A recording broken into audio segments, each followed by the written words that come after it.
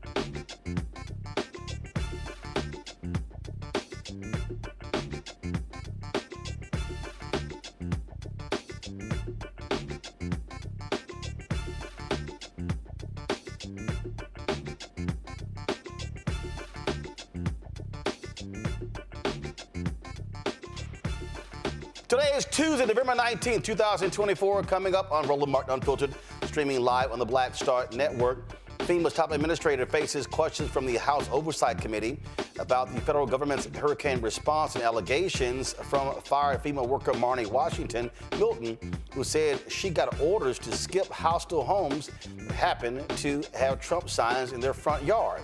We'll show you some of that hearing, and Marn'i will join us to discuss what she heard in today's Capitol hearing. Now, for those who didn't believe us, we'll show you how Project 2025 is becoming a reality with Donald Trump's cabinet picks. Trump confirms he will declare a national emergency and use the military to carry out mass deportations like we told y'all. This is what they laid out in Project 2025. We'll unpack all of that. Plus, Trump's criminal cases in New York and Georgia are being put on hold indefinitely. That's stupid. In tonight's Marketplace segment, we'll also talk to the creators of a game designed to teach youth about the law. Plus, you've got some Negroes out here who have a problem that Black-owned media companies like myself receive campaign money from the Harris for President campaign. But it's interesting. They say nothing about the billions that go to white media. I got a few things to say about that. It's time to bring the funk. I'm Roland Martin Unfiltered on the Black Star Network. Let's go. He's got it. Whatever the miss, he's on it. Whatever it is, he's got the scoop, the fact, the find. And when it breaks, he's right on time and it's rolling. Best believe he's knowing. Putting it down from sports to news to politics. With entertainment just for kicks, he's rolling. It's on go, y'all. It's Roland Martin, yeah. Rolling with Roland now. He's funk, he's fresh, he's real, the best, you know he's Roland Martin now.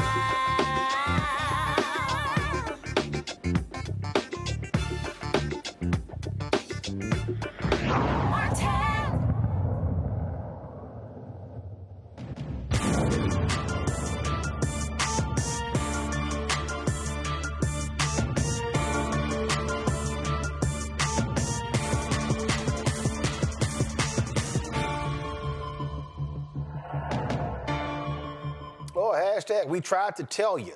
Donald Trump kept lying that, nothing in Project 2025.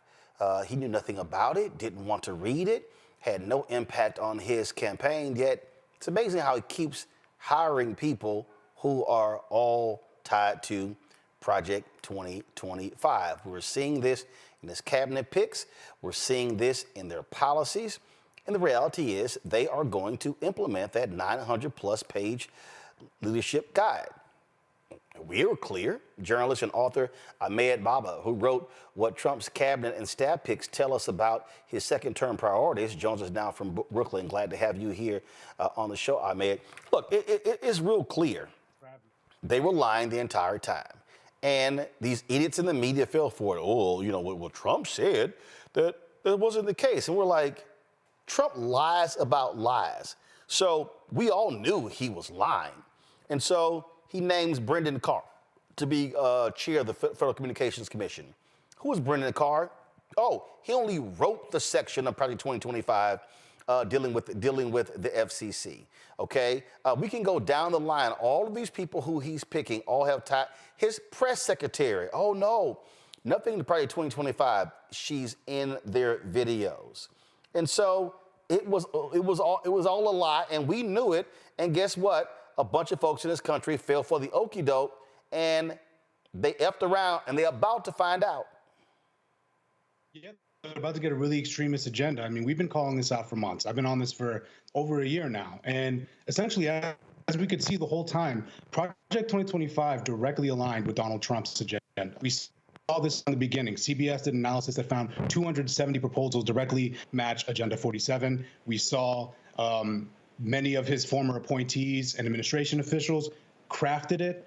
Brendan Carr, now literal direct author of the FCC chapter, and he actually got in a Twitter beef with me after I called out his ties. He responded by saying, "I'm so sorry this happened to you." So as we can see, internet trolls. I'm sorry, you're breaking it right there. He said what to you? He slid in my replies at 2 a.m. and said, "I'm sorry that happened to you," in response to me calling out his Project 25 ties.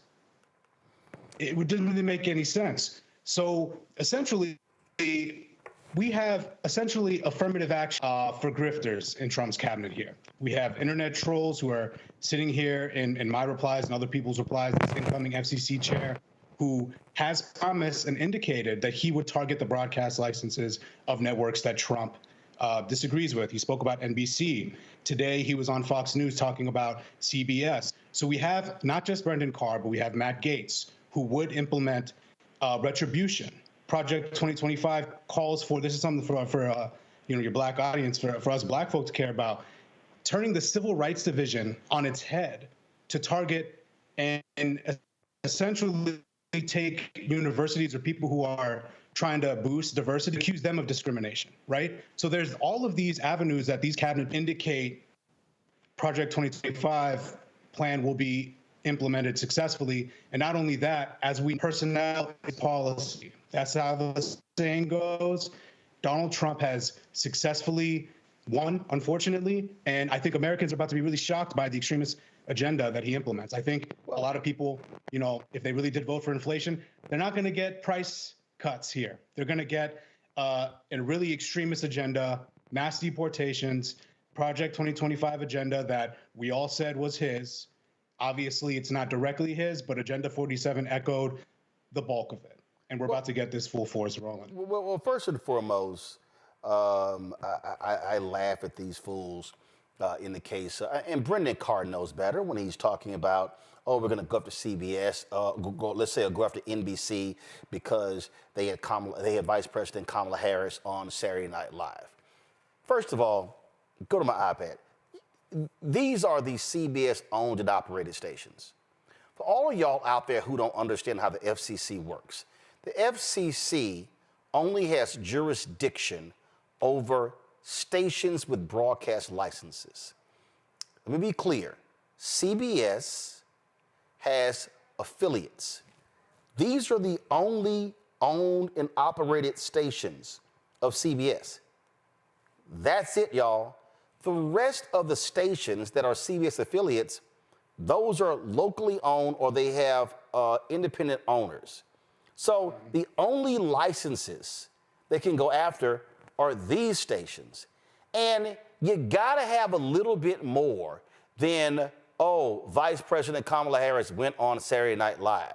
So here's the other thing, and I meant to tweet this to Brendan, and I'm gonna tweet it to him. I'm very interested. So Brendan Carr is saying that SNL did not give equal time to Donald Trump because they brought up Vice President Kamala Harris. Okay, is Brendan Carr, and this is where progressives need to be a lot more, to me, guerrilla-minded. Salem Broadcasting, those are radio stations with licenses. How many times did Donald Trump appear on the radio shows of Hugh Hewitt and others? And why didn't those stations give Vice President Kamala Harris equal time? See, Brendan, if y'all want to play this game, we can play this game. We can go after Sinclair Television and their content as well, because those are FCC licenses. Now, if they want to play that game, on that. Sure. Now, again, because he's basing the SNL thing on equal time, okay, we can do the equal time conversation. Let's go. Yeah, and the thing about Sinclair Broadcasting, they see Brendan Carr as a facilitator to this. You're calling out the hypocrisy perfectly. And unfortunately, at this point, they don't care, right?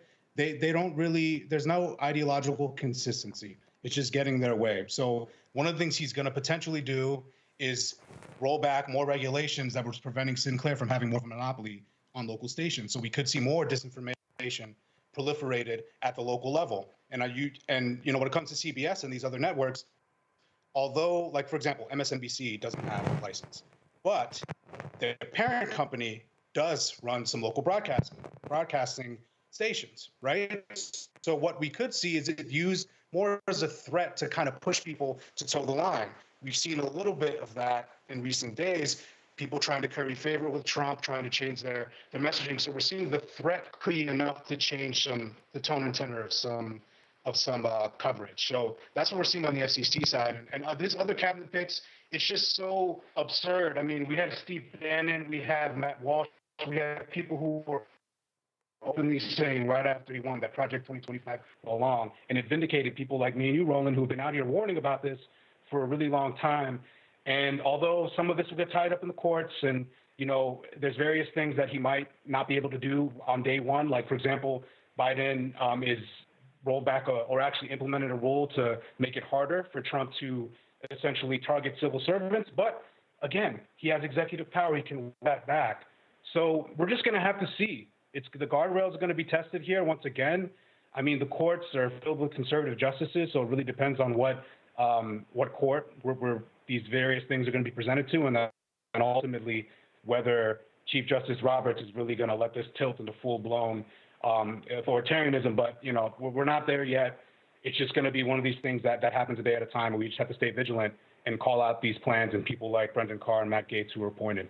Well, and look, then the reality is, look, folks, okay, they voted for it, and they're going to get it. And so the 70 million people out there who they're about to whack when it comes to food stamps, when it comes to subsidies, the people out there who are going to get whacked, who are going to get deported, all of these different people. And so, and like I saw one story of a guy was like, oh, yeah, I know I might get deported, but I still love Trump. Okay, love his ass back at home. These folks, see, I love all these people. It reminded me of, again, 2016, when people were like, oh, I voted for Trump, but I hope I don't lose my Affordable Care Act. Well, dumbass, that's who you voted for. So, and I'm telling you right now, okay, if Trump and the Republicans try to come in here and get rid of the Affordable Care Act, it's going to be a bunch of crying white people, a bunch of crying broke white people in Mississippi, Alabama, Georgia, Florida, Tennessee, South Carolina, North Carolina, Arkansas, especially white men whose lives were changed because of the Affordable Care Act. But y'all want to play games? Go right ahead. Yeah, I mean, what we're going to see here is overreach, right? Trump thinks he has a mandate on his extremist agenda, but as we see, you know, Roland, me and you, we know all these plans, but the average American, a lot of them are tuned out. They don't know the exact details of what Donald Trump is about to pursue. They think, you know, tough guy, economy, lower prices. That's maybe what they thought when they went in the voting booth. But tariffs and a lot of these policies are going to hit, like you said, some of these vulnerable people in red states that Trump considers his base. And by then it's too late. We've elected the guy. And I think one of the silver linings, which is unfortunate because a lot of people are going to get really hurt by this, especially migrants. And I think as Trump overreaches, I mean, we look today, Mike Johnson and their new they're thinking about putting a rule in to prevent the new transgender member of Congress from using, a woman's bathroom. They're focused on these extremist issues that is going to backfire, right? Like Trump can't cancel the midterms as much as we've called him an authoritarian, but he's still in the wannabe stage, right? It takes time. It takes chipping away. With this extremist agenda being implemented, I suspect it's going to backfire heavily. Like I really think when people start to struggle because he went all in on his agenda when he thought that he was just he really is misinterpreting this as a broad mandate of all of MAGA extremism. And I think this could cost them the midterms. And then hopefully we have that legislative check. And then going into 2028, we can have some kind of figure in here because he can't run again. I mean, he might try, but constitutionally, I'm not on the whole Trump third term vibe. I really think that this is going to be a hard 4 years. And if everybody locks in, like, we all are staying committed to spreading people, I think we can really pull us back from the brink. Maybe I'm just being optimistic. I don't know where you stand on it. All right, then. Well, we shall certainly see. And again, I keep telling y'all, all these people who voted for him, all I'm going to play for the next 4 years is Scarface's No Tears. I don't want to hear whining or crying because this is what you chose to do. Ahmed, we appreciate it. Thanks a lot. Thanks for having me, Roland. Folks, on my panel, Dr. Mustafa Santiago Ali, former senior advisor for environmental justice at the EPA. Joining us from D.C., Dr. Larry Walker, assistant professor at University of Central Florida. Out of Orlando, Benjamin Dixon, pastor, political commentator out of Atlanta. Glad to have all three of you here. I'm being very serious, Larry. All I'm going to do is play No Tears. I don't want to hear it. I don't want to hear any whining, complaining, crying. Someone was saying that the number of searches on Google, can I change my vote? I'm sorry. You had 8 years. You saw what happened in matter of fact, you go back further. Okay, you go 2015, 9 years. You go 2011. They knew exactly who this man was. They decided, they willingly accepted evil. Now they're going to have to accept it. Now they got to accept that Dr. Oz being over Medicare, Medicaid, okay, even though he paid a massive ICE fine, okay? Matt Gaetz sleeping with 17-year-olds, the women testifying that they actually saw that happen. Please, don't look, I'm telling you, I'm going to get a shirt that says, don't blame me, I voted for the black woman.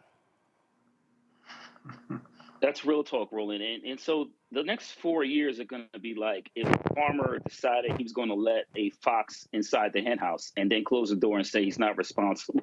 What happens to the hens? So that's essentially what our next 4 years are going to look like. And so, Roland, you're right. Black folks in particular have consistently, not just the last 4 years, so the last 8+ years, warned about what Donald Trump his first administration, now the second administration will look like. So you talked about the Affordable Care Act. We saw the attacks against the Department of Education and all the other damage that could be done to Homeland Security, state, in terms of international issues. We could go on and on. And listen, Roland, I worked on the Hill, and essentially what the Republicans have done is in the second Donald Trump term, is every single thing they had ever hoped to do when it comes to dismantling the federal government as a state is exactly what's going to happen. Going after federal workers in terms of how, the post office, all these other things that people take for granted. And, in terms of Americans don't know what it's like to live without, are going to find out what it's like to live out with these essential services. And so you talked about the Affordable Care Act, Roland, and how, some folks don't understand that the Affordable Care Act is Obamacare. And so why they say they don't like Obamacare, they have the Affordable Care Act. And so why this, it seems silly that people don't understand those differences. They fell for the banana in the tailpipe. And you're right, there are millions of people who are going to lose their health insurance. Parents who have their, able to keep kids on their insurance until 26. Let's not talk about pre-existing conditions in terms of individuals we all love about who have had previous health challenges, their ability to get new insurance or keep their insurance will be made virtually impossible. And then once again, this is the dismantling of the federal government as a state, and we will all pay for it. I really, Mustafa, it is really difficult, yes, but for a lot of these people, I really don't want to hear a lot. I don't. It's not like, again, it's not like they didn't know. It's not like they didn't know the kind of things that he said. They didn't know about his behavior. All of these things were there. They were covered. It was public. It was all there. They simply said, oh no, eggs are too high, even though eggs went down. Gas is too high, even though gas went down. Oh, the economy is awful. Okay, they said, we're going to ignore how he responded to COVID because we're going to only focus on those 2 other great years. Okay, good luck. Yeah. You know, I was thinking about this earlier, and it's amazing. I don't think most folks get that they're literally going to be paying for incompetence and extremism. So they're going to use your tax dollars to actually implement many of these things that are going to put your life in a much more difficult position. For some folks, it will shorten your life. For others, it will take your life. And, you know, there's a responsibility normally for individuals who take these types of positions. One, you're supposed to be one of the best.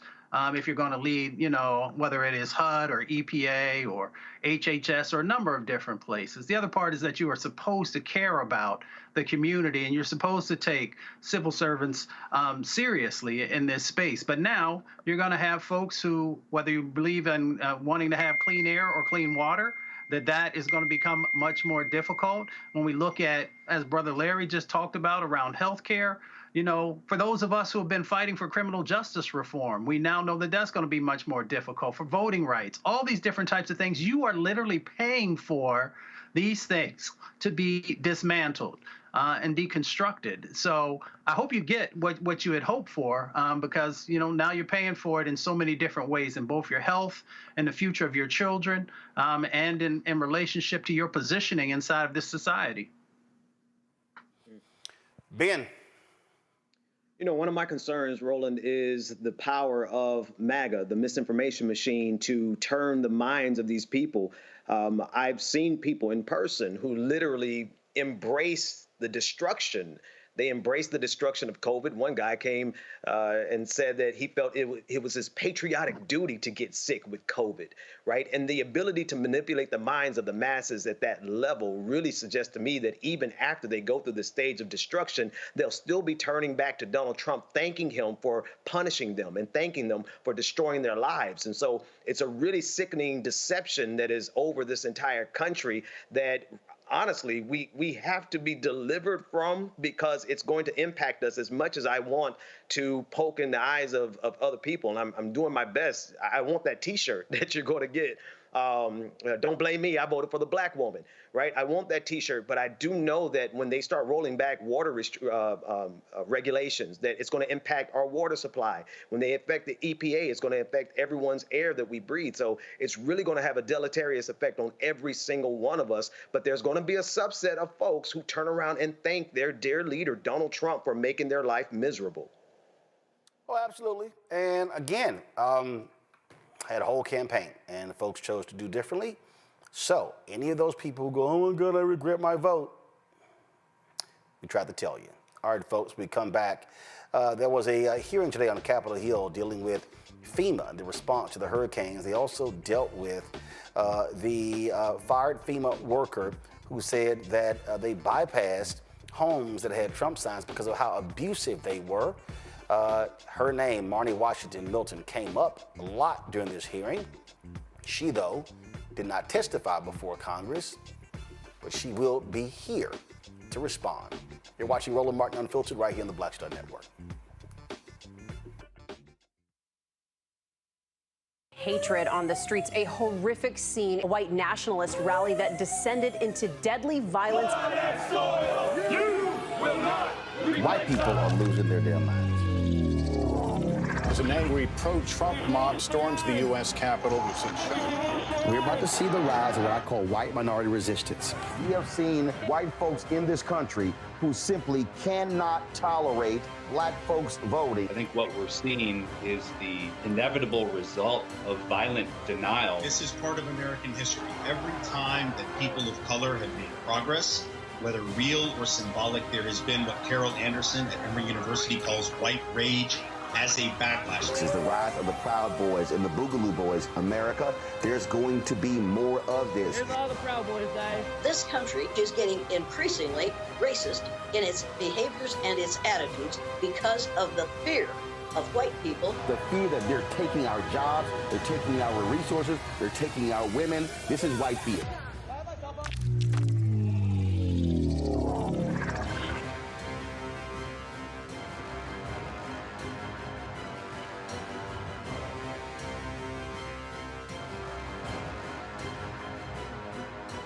Hi, I'm Dr. Jackie Hood Martin, and I have a question for you. Ever feel as if your life is teetering and the weight and pressure of the world is consistently on your shoulders? Well, let me tell you, living a balanced life isn't easy. Join me each Tuesday on Black Star Network for a Balanced Life with Dr. Jackie. We'll laugh together, cry together, pull ourselves together, and cheer each other on. So join me for new shows each Tuesday on Black Star Network, A Balanced Life with Dr. Jackie.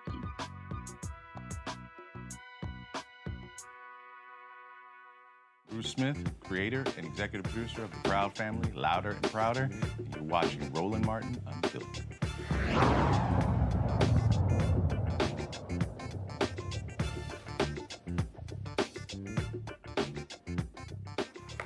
FEMA's Administrator Deanne Criswell faced tough questions from the House today during the Oversight Committee hearing. She was asked about the policy regarding skipping homes, which resulted in the firing of FEMA worker Marn'i Washington. Republican Congressman Scott Perry also asked Criswell about the investigation into Washington's firing and her allegations. A number of people had various questions. Here is some of that. Individuals that have been impacted by communities. We have several ways that they can. Administrator, last week we sent a letter signed by myself and all the committee's Republican members to you about the recent allegations that you just mentioned. FEMA workers skipped the homes of supporters of the president-elect. And following the allegations, you issued a statement that one FEMA employee departed from FEMA's values and was terminated. However, she alleges that those were the instructions from FEMA when she was deployed. She asserts that FEMA supervisors and leadership were aware. And independently, we've received reports of similar practices in places like North Carolina. Tell me about the investigation. Tell me about the investigation. Who's conducting it, and has there been an IG investigation initiated by yourself or anybody in FEMA?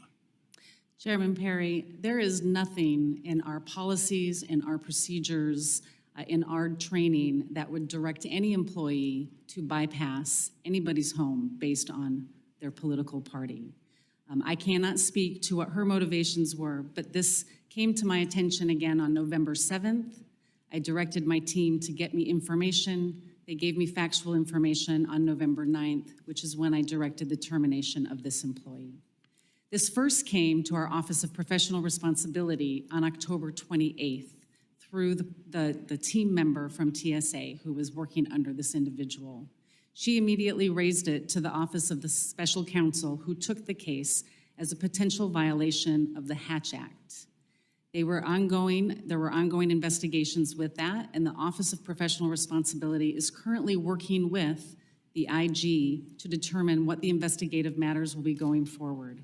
The IG has not of yet stated they want to investigate this, but I highly encourage them to take on this case and look and see if this was a widespread issue or if this was just a single incident. So you're working with them and you've encouraged them, but you haven't requested they do so. Now, according to your employee, Ms. Washington, who was asked, and this is a public report, these orders came, who she stated, so you're telling me these orders came from somebody above? And she said, correct.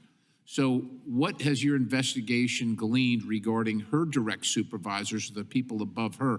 Have you questioned them, and what have your answers been?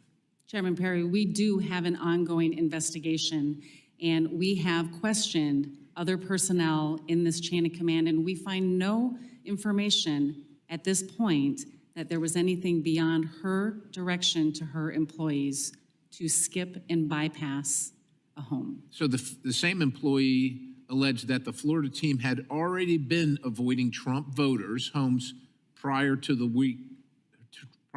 her work there, and that this was, as she said, the culture. Now, these aren't my words. These are the words from a FEMA employee who's claiming that she's being the scapegoat.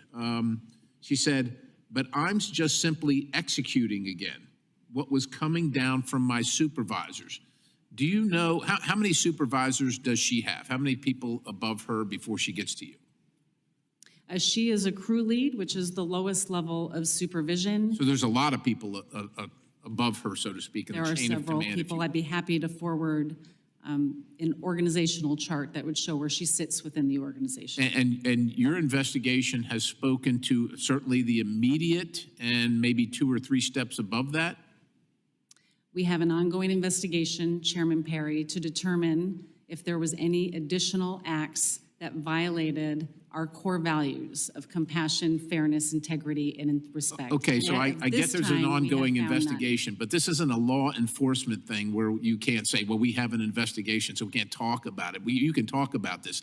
Does the investigation include her immediate supervisors and several steps above that? The investigation includes those that were deployed in this particular incident, and we have found no evidence that there is anything beyond this one employee's specific direction. You found no evidence at this point. Let me ask you this. Now, you can understand that from America's perspective, certainly the people that weren't visited when FEMA was in town, that it would be in FEMA's best interest to just investigate this internally, say this is a one-off employee, that this claim of hers that it's a culture is just her trying to kind of make sure that the responsibility, the accountability doesn't fall on her. Why shouldn't this be an independent investigation by at least somebody like the IG?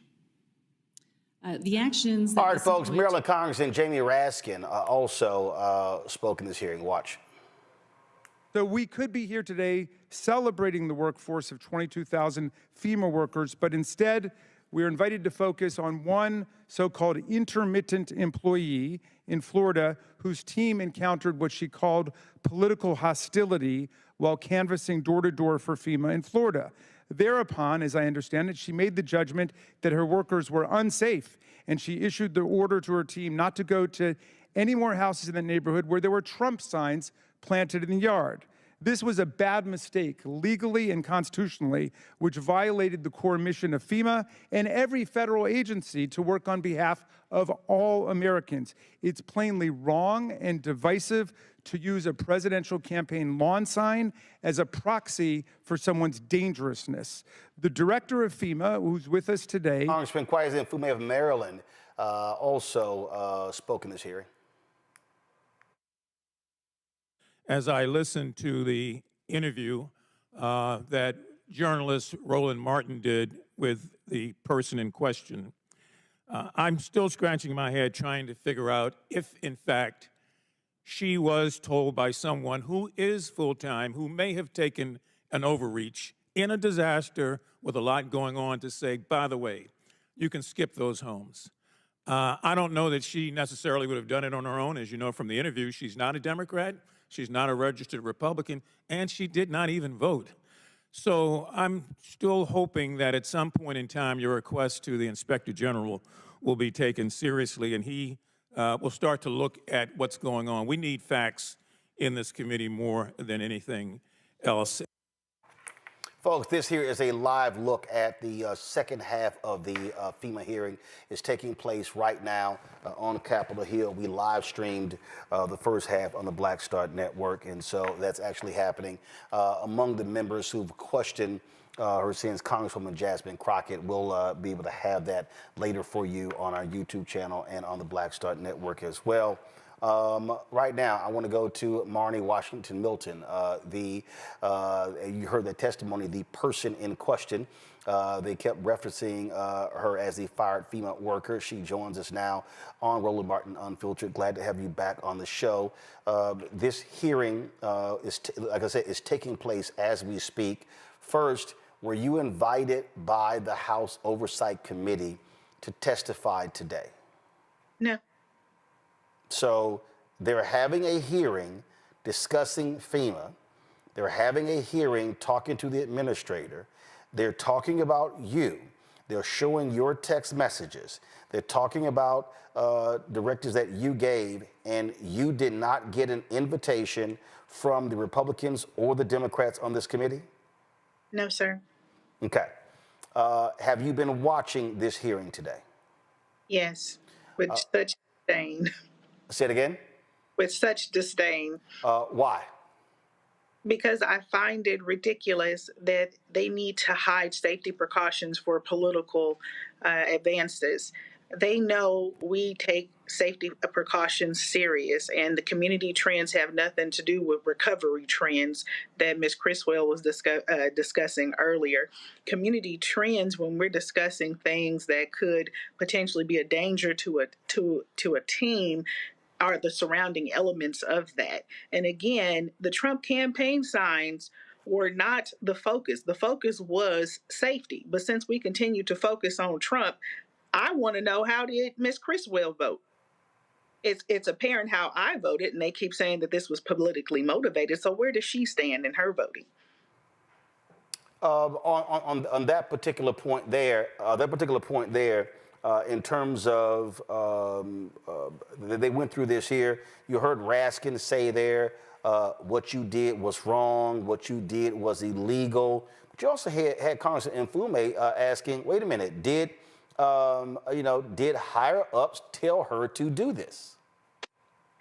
I find it really baffling that people that have not been in the field have such an arrogant opinion about what is happening in the field. I'm not some deranged woman that's come up with a rule on my own and said, hey, this is how we're going to keep our people safe. I need to remind the American people, before I even arrived to Florida, they were already implementing the avoidance and de-escalation policy because there had been so many hostile encounters. If you notice, Ms. Criswell deflected when they asked her, how many incident reports do you have? During the hearing, Congressman Jared Moskowitz, who is a Democrat, he spoke, and he talked about his work, and I'm assuming, let me try to go to it. And I'm assuming when he was talking about that he said that he had done this work with FEMA. Give me 1 second. So let me play this, and then I want to get your thoughts on what he had to say. Congress, who's run a disaster response, run a disaster recovery, handed out billions of dollars of FEMA money. Also a Democrat who worked in a Republican administration and ran the recovery efforts for Hurricane Michael in deeply Republican areas of the Panhandle. I can tell you not once did I ever think about their politics or my politics. As I toured the Panhandle in Neil Dunn's district or Matt Gaetz's district, I looked at people as Americans who were hit by a disaster. And my job was to get them every program that FEMA had, every dollar available to them. That was my job. What happened in Florida in this instance is deeply disturbing. It's unacceptable. I know you know that. Disaster aid should never be declined based on support of any political candidate. And I'm happy this rogue employee was fired. You did the right thing immediately, right? What should have happened here is if there were members of FEMA's team that felt uncomfortable, that should have been passed up to the FCO. That should have gone to the federal coordinating officer. And then that information should have gone to Director Guthrie, who's the Director of Emergency Management in the state of Florida, my former deputy. And then they could have made sure to identify those homes and gotten them the information. But that's not what happened. There was a clear... So I want to freeze it right there. So he calls you a rogue employee. And so he lays out what he says the process should be. How do you respond to that? I find him highly unethical. And the first thing in the military is you never ask your subordinates to do anything that you're not willing to do yourself. So, in order to run a proper investigation, someone that has a clear record, evaluations exceed expectations, is telling you they received a direct order from a superior that's been demoted before in the past for giving the wrong order. It was not properly looked into. They just immediately fired me. If you notice, Miss Criswell could not answer the question when Mr. Jordan asked her, have you investigated him? Have you asked him the question? So it's not a level of misunderstanding or comprehension on my part. They're choosing not to admit that they put safety precautions in place that may have violated people's rights. But in the same breath, another organization is coming forward and asking, how come the safety precautions have not evolved over time, being that things in the field have changed over the last 5 years? He lays out this process. Well, it should have been gone to this person and this person, this person. Again, for the folks who don't know, when folks on the ground told the canvassers, told you what they were encountering, what did you then do? I always communicate with my task force lead. We have morning meetings all the time on the phone. And his directive, his mantra, his entire deployment has to keep people safe and keep people comfortable. So in order to keep people safe and comfortable, we have to consider what makes people feel safe and comfortable. And unfortunately, both of those two adjectives are subjective. Ms. Criswell has failed to put an outline in place for safety precautions as far as safe and comfortable for the team. It leaves room for interpretation. So again, my duties, my directives come from my TFL, Chad Hershey. I implemented everything he asked me to during that deployment.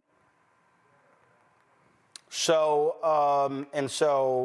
again, you were instructed by Chad Hershey to tell the folks, hey, keep it moving. Yes. I even explained to him that our partnering company, the Surge Capacity Team, they expressed grievances with our safety precautions. And I have to say, they appeared to be anti-FEMA the entire time. They were not interested in our policies and our procedures. And unfortunately, it emboldened them to be malicious and to release personal information nationwide about Crew 33 in Highlands County. If Chad Hershey would have addressed these concerns immediately and educated them on FEMA policies, we wouldn't be here today. But no one took into consideration their discomforts with the safety precautions. Is Chad Hershey still with FEMA? Yes, he was not investigated. He was not held accountable for my actions. Again, I was thrown under the bus as a rogue employee that was creating policy and rules on their own. And again, this hearing is still going on right now. Nutcase, Louisiana Congressman Clay Higgins is talking. That is an absolute waste of my time listening to what he has to say because he is literally deranged. And so, do you find it offensive that, again, there's a hearing and they don't bring in the person who they're all talking about? Yes. I have no reason to lie. I have no reason to coop up a story here. I'm giving you fresh intel from what happened on the ground. And it's been confirmed from other entities and other employees that have called me privately and said it's not isolated. The only reason why they're not flooding the gates is because they fear retaliation, and they're trying to figure out, well, how do we be transparent and honest about this? Because here's an opportunity for Ms. Criswell to improve the security measures for her team. But instead of her acknowledging that there is a weakness in our practice, she is sweeping it underneath the carpet and saying it doesn't exist and that it was isolated. And how the hell can that be when we already had reports in North Carolina that FEMA workers were being under attack? If you even look at DR 4819, which happened in Chicago, you had FEMA workers that were uncomfortable to even process African Americans in urban areas because they did not feel comfortable in those neighborhoods. How about they research and look into that? You said that you had been reached, you were contacted by some folks out of Georgia that this was a photo that greeted FEMA workers at the entrance of a particular property, folks hanging in effigy? Yes, that happened last week. Someone sent me that text message and said there really is a problem. And this image here, are they? It doesn't show who this depicts, but clearly it's folks hanging from that apparatus, that pole. Correct. And then there's ammunition signs at the bottom of it. That's not welcoming. And honestly, FEMA's policy is to avoid and disengage. That there's no room for interpretation there other than somebody is going to feel uncomfortable with that display. Absolutely.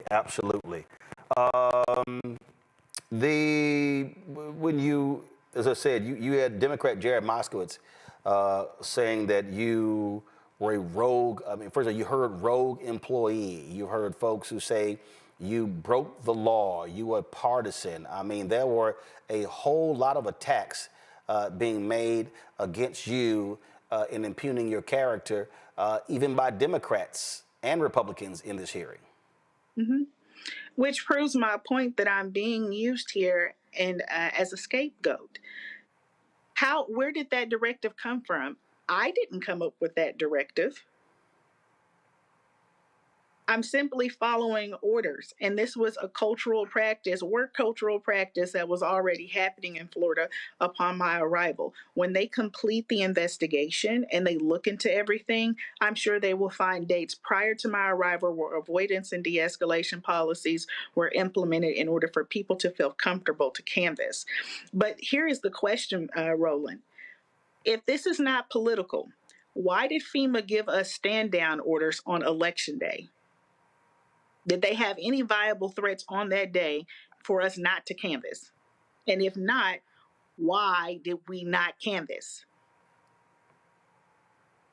You heard the FEMA directors say under questioning that an investigation was indeed taking place. An inspector general.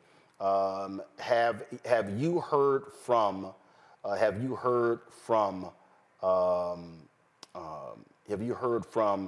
anyone regarding this internal investigation?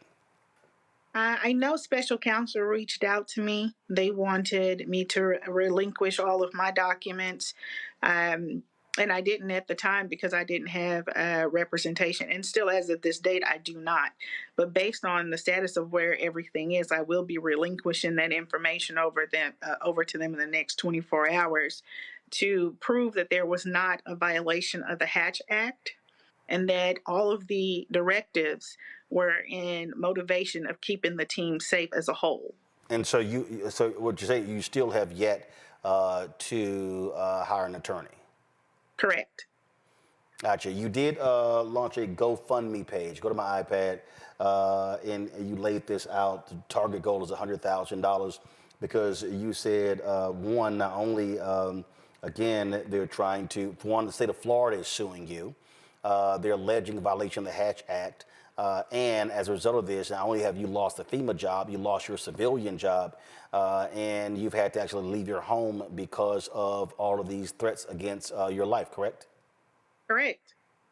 Mind you, I did receive a call where someone wanted to rape me and give me a proper nigger lynching. I've had several calls telling me that I deserve what I'm getting and I'm going to get what's coming to me very soon. And I find it completely baffling because I was under orders and my superiors have no integrity. They have not come forward and said, yes, she was following orders for safety precautions. Instead, they're trying to sweep this underneath the carpet as if this is some plight to attack President Trump, and it's not. Well, again, folks, if you go to GoFundMe and just simply type in Marn'i Washington, you'll be able to pull up her GoFundMe. It is there. And so, Marn'i, we appreciate it. We're going to continue to watch this hearing, as I'm sure you are. And as it continues, we'll look forward to having you back to hear from your perspective over what we're hearing out of this, off Capitol Hill. Thank you again, Roland, for a voice. I appreciate it. Thanks a lot. Hey, first of all, Mustafa, I want to start with you. If you're going to have an oversight hearing discussing this, don't you think you should invite the very person who you are blaming for the problem? Yeah, I thought that was really strange that neither the Democrats nor the Republicans had invited her in to share her testimony and to hear her story and how everything played out. So that was curious. The other thing that's curious is that in all those years, and some folks know that I work both man-made and natural disasters. So I've worked with FEMA, I've worked with the National Guard, a whole contingency of different folks. For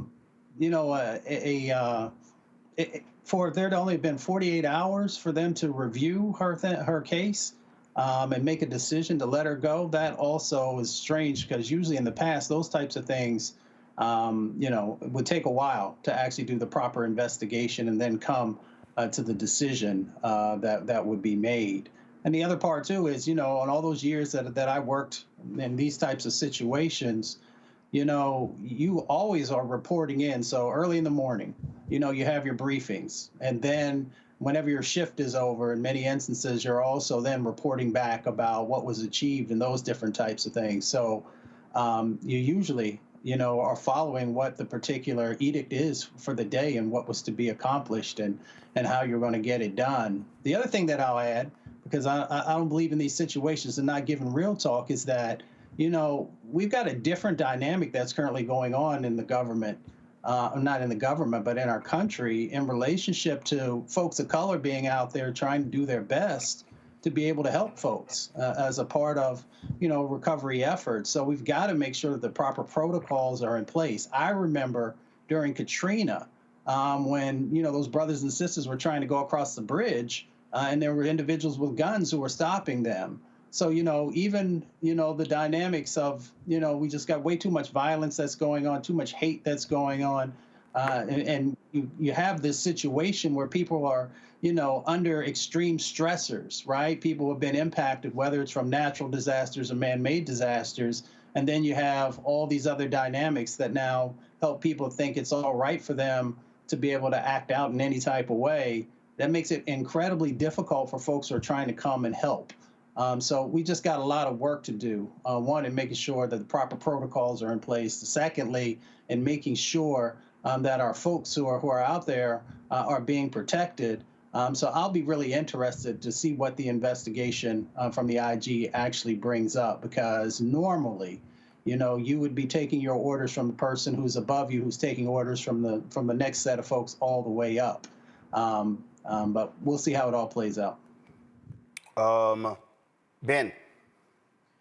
The thing that stands out to me about this, Roland, is the pattern of problems that they had at Trump voters' homes.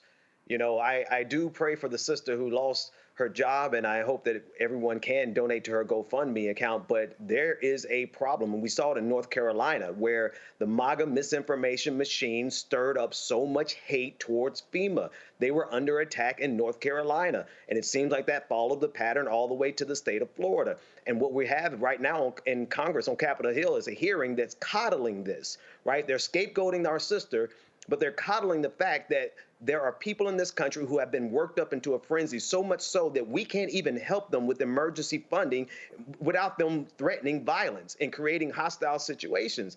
And this is going to continue to happen because this is exactly how one of the ways Donald Trump got power. It is sadly very political. And the fact that they can make people turn against the very folks who are out there trying to help them, such that they can identify a pattern, her higher ups identified a pattern that they're going to face hostility at Trump supporter homes. That's a problem, and it's a problem that's happening on the ground amongst the people, and it's being stirred up on platforms like Twitter, formerly X, or X, formerly Twitter, and it's happening as a result of this is a campaign tool. This is a political tactic that is deployed all across the country. So I think this is going to continue to happen in the next disaster. And so the question is what are they going to do the next time this happens? The next time they go to a city and every house that has a Trump flag on it is violent towards them, we have to address the problem as much as we have to address this particular situation.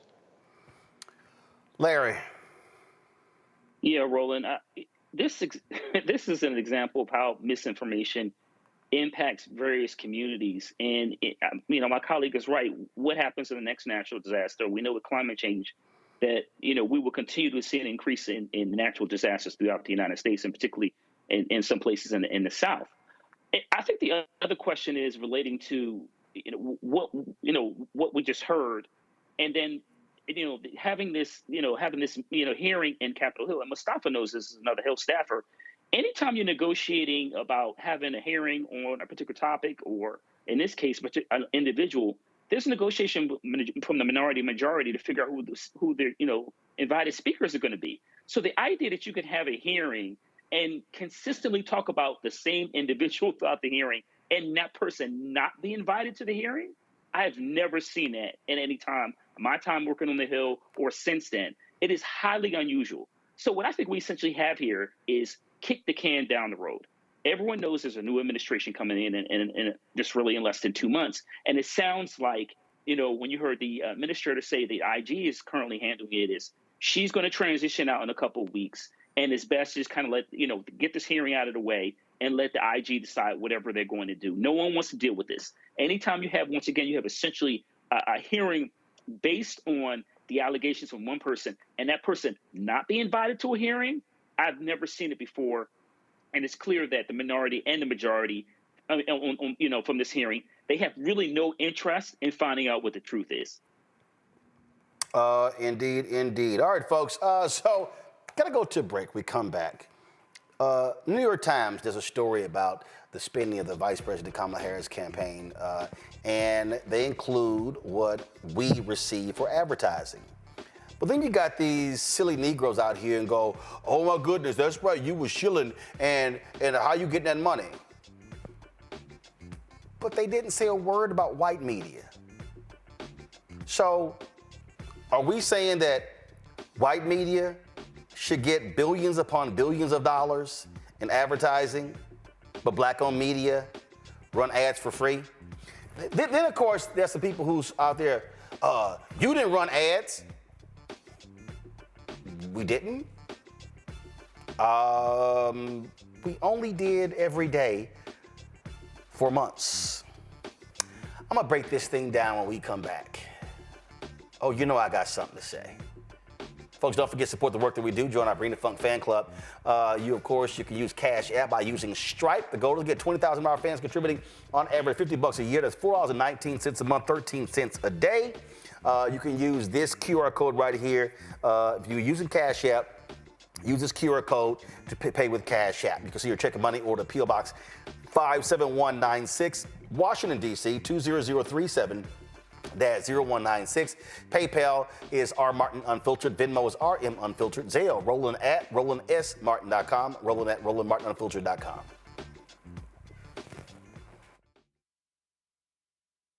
Hi, I'm Isaac Hayes III, founder and CEO of Fanbase. Fanbase is a free-to-download, free-to-use, next-generation social media platform that allows anyone to have followers and subscribers on the same page. Fanbase was built through investment dollars from equity crowdfunding from the Jobs Act. People just like you help build Fanbase, and we're looking for more people to help build Fanbase. We are currently raising $17 million in a Regulation A crowdfund on StartEngine. We've already crossed $2.1 million, but we're looking to raise more capital from people just like you that deserve the opportunity to invest in early-stage startups without having to be accredited investors. So right now, I'd like you to go to startengine.com/fanbase and invest. The minimum to invest is $399. That gets you 60 shares of stock in Fanbase right now, today. And then use Fanbase to connect with friends, grow your audience, and be you without limits.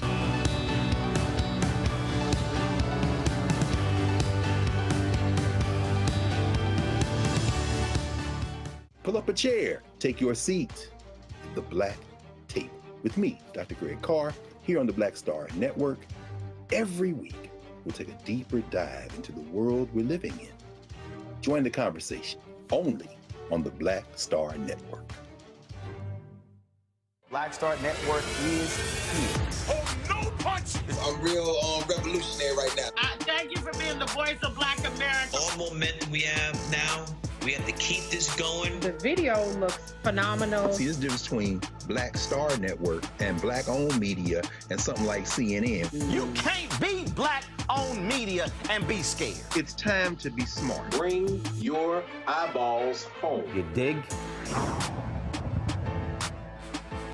Hi, I'm Dr. Jackie Hood Martin, and I have a question for you. Ever feel as if your life is teetering and the weight and pressure of the world is consistently on your shoulders? Well, let me tell you, living a balanced life isn't easy. Join me each Tuesday on Black Star Network for A Balanced Life with Dr. Jackie. We'll laugh together, cry together, pull ourselves together, and cheer each other on. So join me for new shows each Tuesday on Black Star Network, A Balanced Life with Dr. Jackie.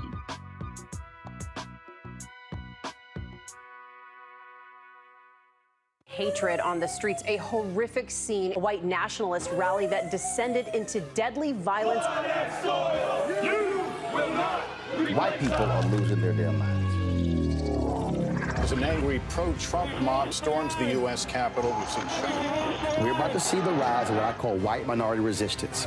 We have seen white folks in this country who simply cannot tolerate black folks voting. I think what we're seeing is the inevitable result of violent denial. This is part of American history. Every time that people of color have made progress, whether real or symbolic, there has been what Carol Anderson at Emory University calls white rage as a backlash. This is the rise of the Proud Boys and the Boogaloo Boys. America, there's going to be more of this. Here's all the Proud Boys, guys. This country is getting increasingly racist in its behaviors and its attitudes because of the fear of white people. The fear that they're taking our jobs, they're taking our resources, they're taking our women. This is white fear.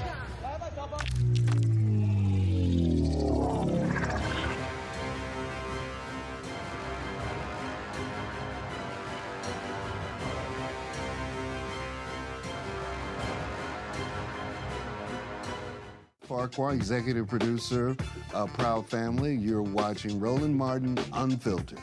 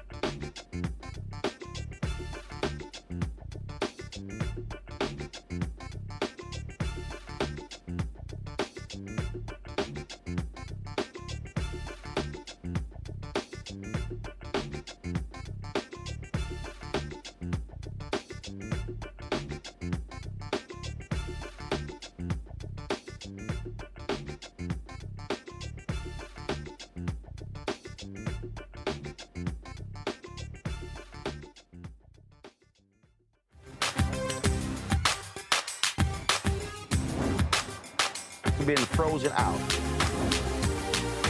Facing an extinction level event. We don't fight this fight right now. You're not going to have black-owned media.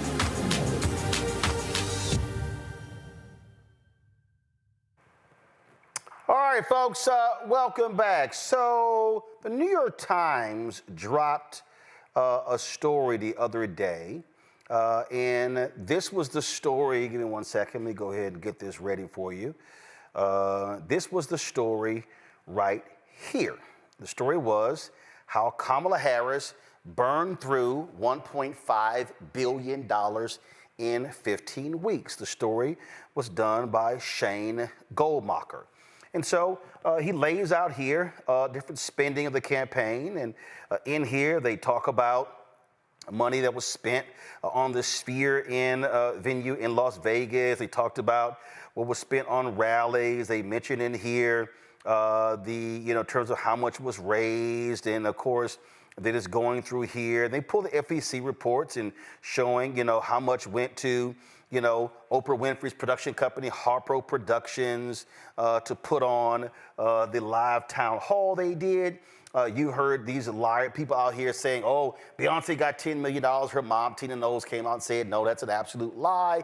It talks about these various concerts in here and things along those lines. And so then it mentioned a variety of other expenses and money that was going to different places, commercials that should have run. Future Ford weighed in. Then it says some media allies of Ms. Harris were also paid. It mentions Areva Martin, who hosts a talk show, was paid $200,000 as a media consultant, and how she went on the Battleground State Tour in October. Okay. And so then it goes in here. Now this Roland Martin, who hosts his own streaming program and runs a media company called New Vision Media, received $350,000 in September for a, quote, media buy that he said was for advertising. And then it quotes me. It said it should have been a hell of a lot more.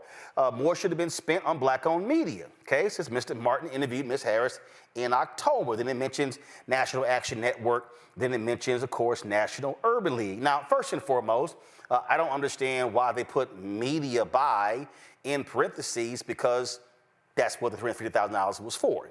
It was for advertising. Then, of course, you have these people out here. I love the people who run their mouths on social media out here, like, you got Tariq Nasheed tweeting, like, SMH, and then you got Jamal Green talking about, see, he was paid to attack us because we disagree with our positions. No, that means none of you, including you, Jamal, or Tariq, or any of y'all, even understand that media advertising is actually real. And so then I had one dude say, y'all didn't run any ads? Really? We ran this one. Bob and I both voted for Donald Trump. I voted for him twice. I won't vote for him again. January 6th was a wake-up call for me. Donald Trump divides people. We've already seen what he has to bring. He didn't do anything to help us. We ran this one. Kamala Harris has never backed down from a challenge. She put cartel members and drug traffickers behind bars, and she will secure our border. Okay, and this one. IVF is a miracle for us because it allowed us to have our family. After having my daughter, I wanted more children. And this one. Wrongfully convicted. 5 teenagers were arrested, tried, convicted, and sent to prison. No men were exonerated. What he did to us, he tried to end us. Of course I hate these people. And this one. Had Steelers season tickets since I'm 7 years old, man. Me and my dad, that's our thing. Here we go, Steelers! Here we go! Kick it! I was a 7-year-old. And this one. Jill Stein, Green Party candidate for president. So why are Trump's close allies helping her? Stein was key to Trump's 2016 wins in battleground. And this one. In this style, we've seen our share of hard times, heard our share of big promises. Up to 13,000 jobs. But empty promises. And this one. I get it. The cost of rent, groceries, and utilities is too high. So here's what we're going to do about it. We will lower housing costs by building more. And this one. Philly Tough is different. They insult us. Bad things happen in Philadelphia. Bad things. They don't like us. We don't. And this one. Rich for Democratic leaders to say that Donald Trump is a unique threat to democracy when he peacefully gave over power. He is still. And this one. Winners never back down from a challenge. Champions know it's any time, any place. But losers, they whine and waffle. And this one. A yinzer, I define it as somebody that bleeds black and gold, works hard, and cares about their family. And this one. He told us who he was. Should abortion be punished? There has to be some form of punishment. Then he showed us. And this one. 78-year-old billionaire who has not stopped whining about his problems. Oh, she had a big crowd. Oh, the crowd. This weird obsession with. And this one. The overturning of Roe almost killed me. I had a blood clot in my uterus that caused my labor to have to be induced. And this one. 2016, Donald Trump said he would choose only the best people to work in his White House. Now those people have That's 16 different ads. And just so y'all know, the first ad that was purchased for Biden for president was in September 2023. Then they came back and did a small ad buy in February 2024. Then did another small ad buy in March of 2024. See, for the people out here, this is an actual media company.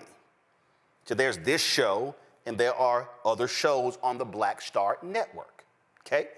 It's called a network. Here's what people also don't realize, is that political campaigns actually went to YouTube and purchased advertising to Google that actually ran during commercial breaks of this show. Oh, I'm sorry. So you got these silly Negroes, he got $350,000. It should have been $3.5 million. BET got nearly $10 million. I know other black-owned media companies or black-targeted media companies that got money. Oh, but see, these silly little Negroes, these silly little people, it shouldn't be all that. Really? This right here, y'all, is a story that ran January 11th, 2024. Go to my iPad, Anthony. 2024 political ad spending will jump nearly 30% versus 2020.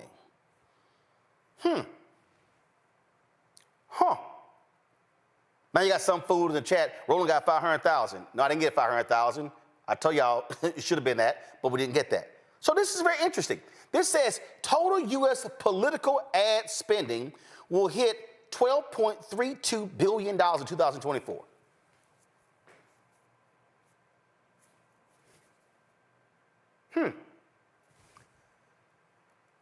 $12.32 billion. Let's go to October 2024. NBC. This is NBC. It says the final price tag on 2024 spending will be almost $11 billion. Now I'm curious now. So if we got $350,000 for advertising from the Harris for President campaign, where did the other 10 billion go? The other 10.6 billion or whatever. I'm sorry, where did that go? Where did it go? Oh, I'm sorry. I know where that money went to. ABC, NBC, CBS, Fox News, MSNBC, CNN, New York Times, Washington Post, USA Today, local TV stations, and local media in Pennsylvania, in Georgia, in Wisconsin, in Michigan, in Arizona, in Nevada. Reason I know, I went to 5 of those battleground, North Carolina. I went to those 5 of those battleground states. I'm sitting in the hotel room and I'm going through television. Ad.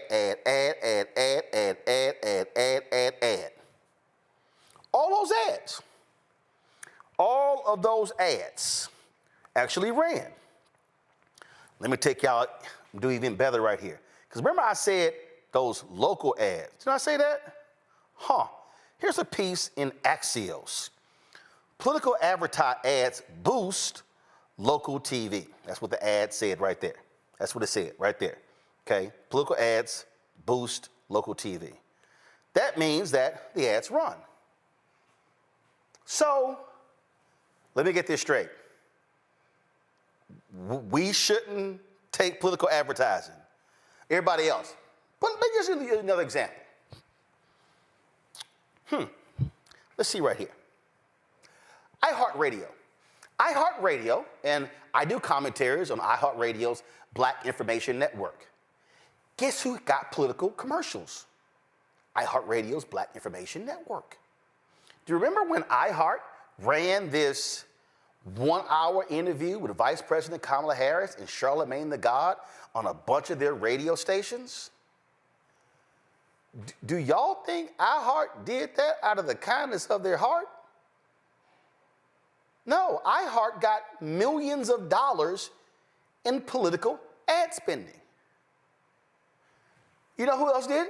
Cumulus Radio, Salem Radio, Sinclair Television. So now I'm confused here. So you got some black folks out here who now are questioning why he gets the money. Because we have a network that reaches millions of people.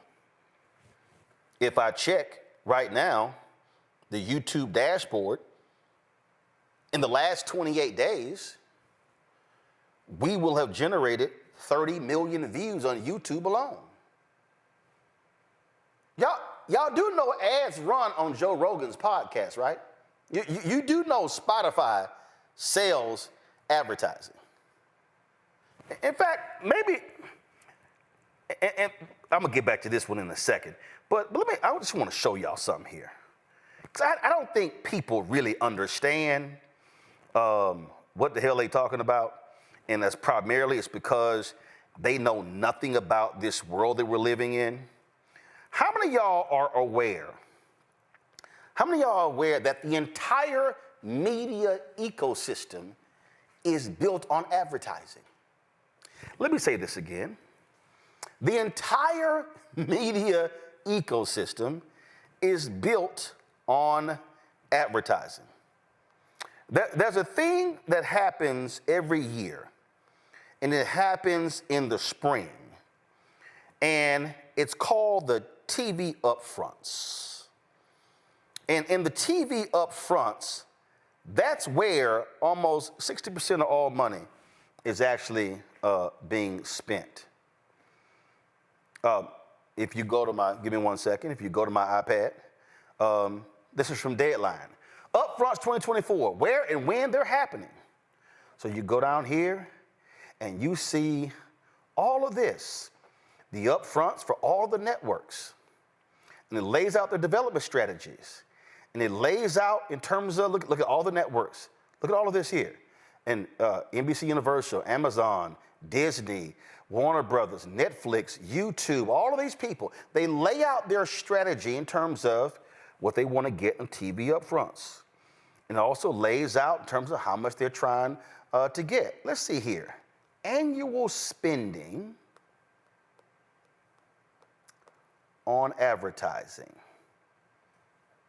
I just want to show y'all, and I'm walking you through this because these yahoos out here, see, they don't want to do this here. The global spending on media is $674 billion. $674 billion.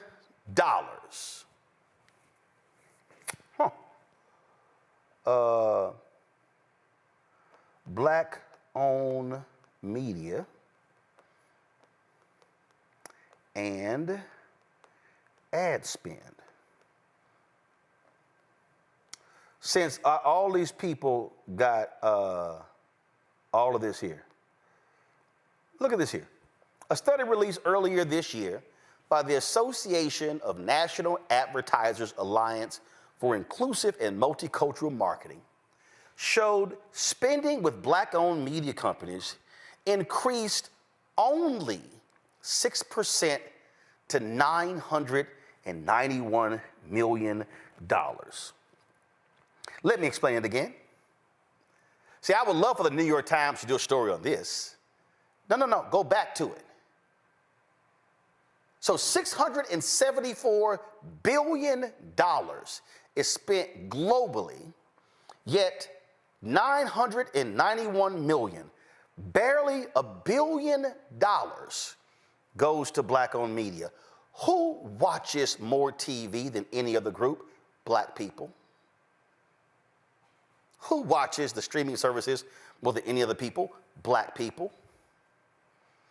Your black-owned media receives less than $1 billion. Why am I? Look at this Afrotech story right here. This comes from 2023. Black-owned media drives the culture, yet spending on them was only 1.16% in 2022. Did y'all see that? Did y'all see that? 1.16%. Now, see, the same Negroes who bumping their gums, whine and complain about black wealth creation, about black, how do we support black, all this sort of stuff like that. The same Negroes, yet they mad because of what we got, which was minuscule compared to others. I'm gonna show y'all this tweet. I thought this was interesting. So check this out. Go to my iPad. So this sister, I don't even know who she is. She goes, real question, do any of these orgs resonate with black voters today? This is some sister, I don't know who she is. She goes by Quid Ditch 424. She says she's an attorney, BRCA awareness advocate. I love this one here. Words in New York Times, her name is Erica Stallings. Words in New York Times, NPR, O Magazine, Zora, Huffington Post, Washington Post, and others. So she asked the question, do any of these orgs resonate with black voters today? She's got 10,500 followers. I got more than 700,000 on Twitter. So does Black Star Network resonate with black voters? I think more than you. Now, this brother here, he answers, as a black millennial, no, but I do have colleagues my age who do. And so he goes on and on, and I said, don't resonate. I said, y'all bugging. He goes, well, there's a difference between resonate and respect. I only got 2 friends who pull up for orgs like this. And look, I grew up listening to you on WVON in Chicago. Parents forced me, so I have deep respect for the work you're doing, just not sure I'm the target demo. I said, are you black? If you're black, you're the target demo. See, I love the people who want to, right here, go back. The person says, what would resonate? I hear so many of us saying we need to support our own, but don't. What speaks to you? See, I love the folk who like to raise these questions because, again, I don't hear any of them questioning why so much advertising was spent by the Harris for President campaign on white media. Oh, some of y'all, did I just say that? Did I just say that? How about this sister right here? She's an attorney. Her name is Ashley. I don't know, her name is Elle Woods. And so she said, no, doesn't resonate.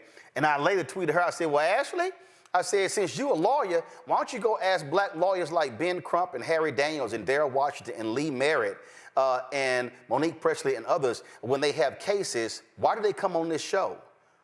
Because we cover the stuff that the other networks don't cover. See, some of y'all just want me to go ahead and do this thing. And so I'm just going to go ahead and do this thing because I'm about to lay this thing out. See, folk love to talk. Well, I love this one right here. I like Roland, but his audience is older, and because of that, how many of them actually care about his YouTube show? Y'all know I had to hit them with the facts. I said, y'all better learn the facts. 30% of my YouTube audience is ages 35 to 54, 60% is 55 plus, 54% are male, 40% are female. In the last 28 days, 66% who watch aren't even subscribers. We're the only daily news show that targets African Americans. When somebody sits here and questions, do these resonate with black voters? We launched this show on September 4th, 2018 with 157,000 YouTube subscribers. Here we are 6 years later, and we actually have 1,509,134 subscribers. So I'm sorry.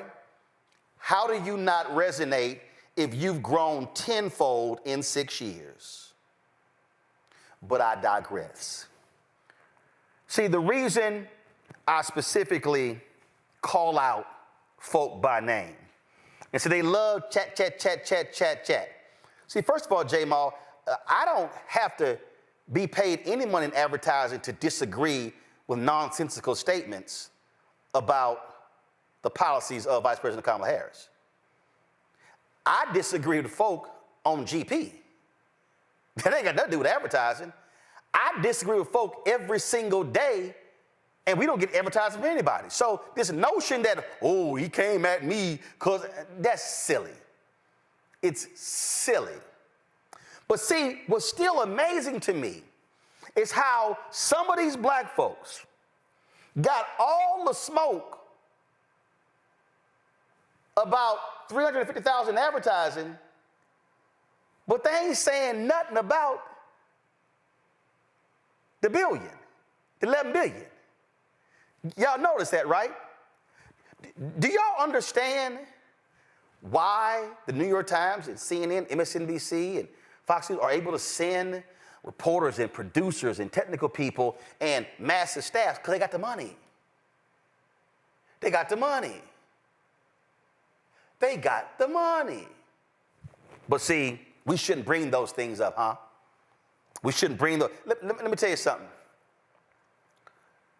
Look at all the firms that got paid. Look at all of the firms that got paid. Look at all the firms that got media money. Look at the firms and how much they took down. In fact, the folks at Real Sludge dropped this story. Oh, man, let me see if I can sit here. Let me pull this up, because I need y'all to see this, okay? Because, see, folk don't want to deal with this here. Let me see, Real Sludge. Let me see. I really got to pull this up for y'all. Because Real Sludge and Dim Consultants. See, in Shane's New York Times story, he said at the end of the article, well, we don't really know what these agencies got. Well, actually, they laid it out. They laid it like, you go to the bottom of this story, this is what Shane wrote in his New York Times story. He wrote, numerous firms could have netted big commissions from the Harris campaign. 4 companies received at least $90 million in payments as of mid-October, including one firm whose cumulative receipts from the Harris campaign approached $300 million. Y'all know they typically get 10 to 15% of the ad buy during these campaigns. See, y'all need to understand, y'all need to know where the money's coming from. So in this article right here, in Real Sludge, they lay out right here, the Harris campaign's largest vendor was the creatively named Media Buying and Analytics LLC, a front company for the Canal Partners media firm. Media Buying and Analytics LLC lists an Atlanta UPS store on its invoices. Y'all, an Atlanta UPS store on its invoices that can be accessed through the Federal Communications Commission and is registered in the state of Georgia of what appears to be a law firm based out of a suburban office plaza. However, I think they meant FEC, not FCC. F filings show the firms are linked, and Canal Partners Media's president confirmed the tie to Business Insider in 2020. Formed in May of 2019, boy, stop right there. You mean tell me, hold up, they formed a company just 5 years ago that became the largest vendor of the Harris campaign? Go back. Formed in May 2019, Media Buying Analytics LLC has overseen more than $280 million in ad production and placement spending for the Harris campaign. Canal Partners Media's president is Bobby Kahn, a former chief of staff for Georgia Governor Roy Barnes and former chair of the Georgia Democratic Party. Tell y'all something. I know of a black company that's wanted to meet with Media Buying Analytics and sent an email to Bobby Kahn asking for a meeting to discuss media buying and black folks, and he sent them an email, no thanks. He refused to even meet with the company. I saw the email. Why am I walking through all of this? Because see, when you got certain Negroes on social media who want to question what we got in advertising, $350,000, but they not asking how many black people, why is it no black-owned company got $280 million? In fact, if you go down this here, y'all, it gets worse. Gambit Strategies, a Washington, D.C.-based digital firm, was paid $122 million for media production and placement. Hell, this company was only formed 3 years ago. Just 3, do y'all understand? It was just formed 3 years ago. 3 years ago, that's where it was formed. Oh, Gambit partner Megan Klassen was a senior paid media advisor to President Biden's 2020 campaign. Oh, so Gambit then was born out of some, we saw how that works. Bully Pulpit Interactive. 101 million went through them. Look at this here. All they partners, all the work that they do, the other groups they work for, keep going. Look at this here. The largest pro-Harris super PAC, Future Forward, paid more than $6.7 million to media buying firm Waterfront Strategies. Listen, an arm of DC-based media giant GMMB. See, y'all, Future Forward, I sent them an email, 5 different emails. They never even responded to the email asking, what's y'all black media strategy? So why am I unpacking all of this? So I got some stupid person in here say, Mr. Speak on it, Roland is part of the problem, he's in this for the money. Let me ask you a question. Some other people, Sosa Rock, so deflection. Oh, it's not deflection. Y'all just stuck on stupid. If the entire media infrastructure is based on advertising, meaning every TV network, digital operation, newspaper, magazine, digital site, podcast, radio, please explain to me, why is it that all of those other people are able to participate in the $11 billion in political ad spending, but we can't? Please explain to me, how is it, and I'm gonna tell y'all right now, this is the fourth quarter of the year. In the first quarter of 2025, all of these publicly traded media companies are going to do hearings. They're going to do calls where they're going to be discussing how much money they make on political advertising, and all of them are going to show growth. All of them will say, oh yeah, we saw a 20, 25, 30% increase in political ad spending. So, and let me explain to y'all how the game works. The media companies literally project at the beginning of the year if they're going to see a 10, 15, 20, 30% growth in political ad spending.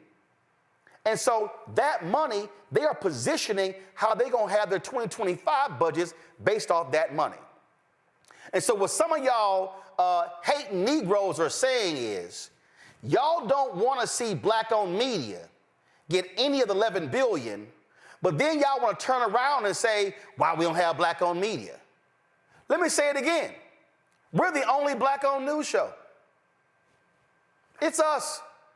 We don't do entertainment. I ain't talking about LeBron.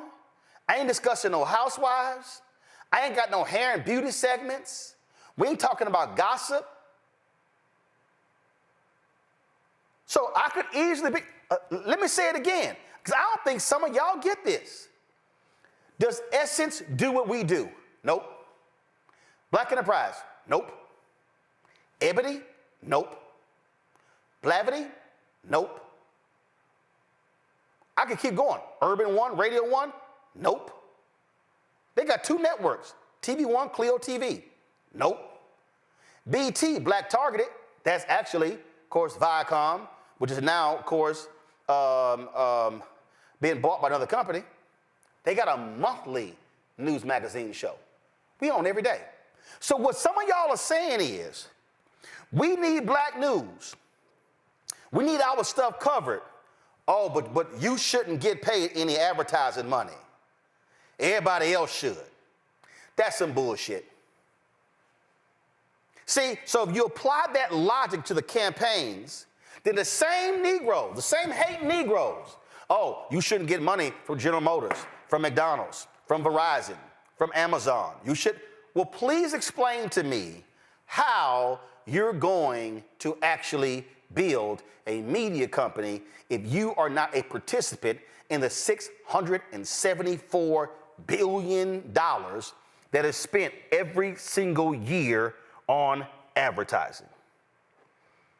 And again, just for the people who, because y'all been hearing me talk about this as well, and just for the people out here who, again, are clueless, who don't understand how these things work, I'm not just talking about the general market. Boom, go to my iPad. Federal advertising, contracting with small disadvantaged businesses and those owned by minorities and women has increased in recent years. Look at this here. The federal government spends $1 billion on advertising contracts. And then it shows exactly, look at this here. The percentage that went to minorities and women averaged about 13% over the past 5 years. This is fiscal years 2013 and 2017. The problem is, if you break out women out of this here, the minority number is ridiculously small. So even when the federal government spends money, we are getting less money. We're getting the same money. Do y'all know why? Because the same ad agencies that control the general market, they control the federal dollars. I'll give you a perfect example. When we launched Black Star Network, I'm gonna go to my panel in a second. When we launched Black Star Network, I met with Group M, an ad agency. I showed them the slate of shows. Oh, no. We need to see the content. Okay, we launched the shows. They promised we were gonna get ad spending. I got the emails.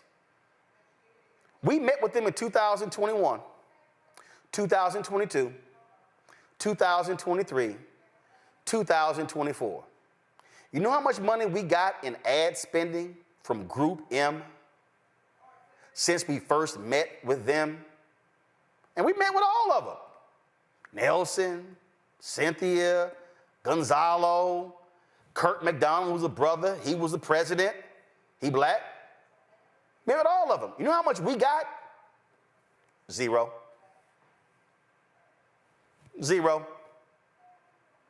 We launched the shows. Nothing. Publicists. Oh, we met with Lisa Torres and her team. Oh my God, I can't tell you how many meetings we had with Publicis. Numerous meetings. Zero. I can go on and on and on. I can go Horizon. I can start naming companies. I should start naming their clients. Got zero. Dentsu, I've had numerous meetings with them. I didn't get money from Dentsu. I went to General Motors direct. Dentsu does $60 billion in annual billing. Has Black Star Network got any money from any of their clients for this show or any other shows? The answer is no. So please, all of you hating Negroes, please explain to me why should black-owned media take a back seat and work for free run ads for free, and not receive any political campaign money, but all the other folks in white media can earn billions of dollars, but black-owned media can't. And now y'all understand why black-owned media is almost extinct. Now y'all understand why. Because you got some hating Negroes who all they do is trash folk, but they don't even understand the game. $11 billion was spent on advertising in this political season, and black-owned media won't even get 1%. I dare say black-owned media won't even get 0.5%. And you tell me that it's about reaching African Americans, and now you understand why black-owned media can't grow? Because if you don't get the advertising, you can't invest in your programming. And you can't invest in your programming, you can't invest in marketing. If you can't invest in marketing, you can't get more eyeballs. You can't get more eyeballs, then you can't grow. These are facts.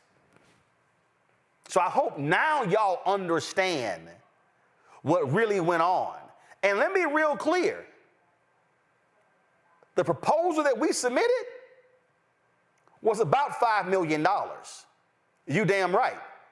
The proposal that I submitted had advertising going from September 2023 to November. So you damn right. I asked for $5+ million. You know why? Because so did Disney and Comcast,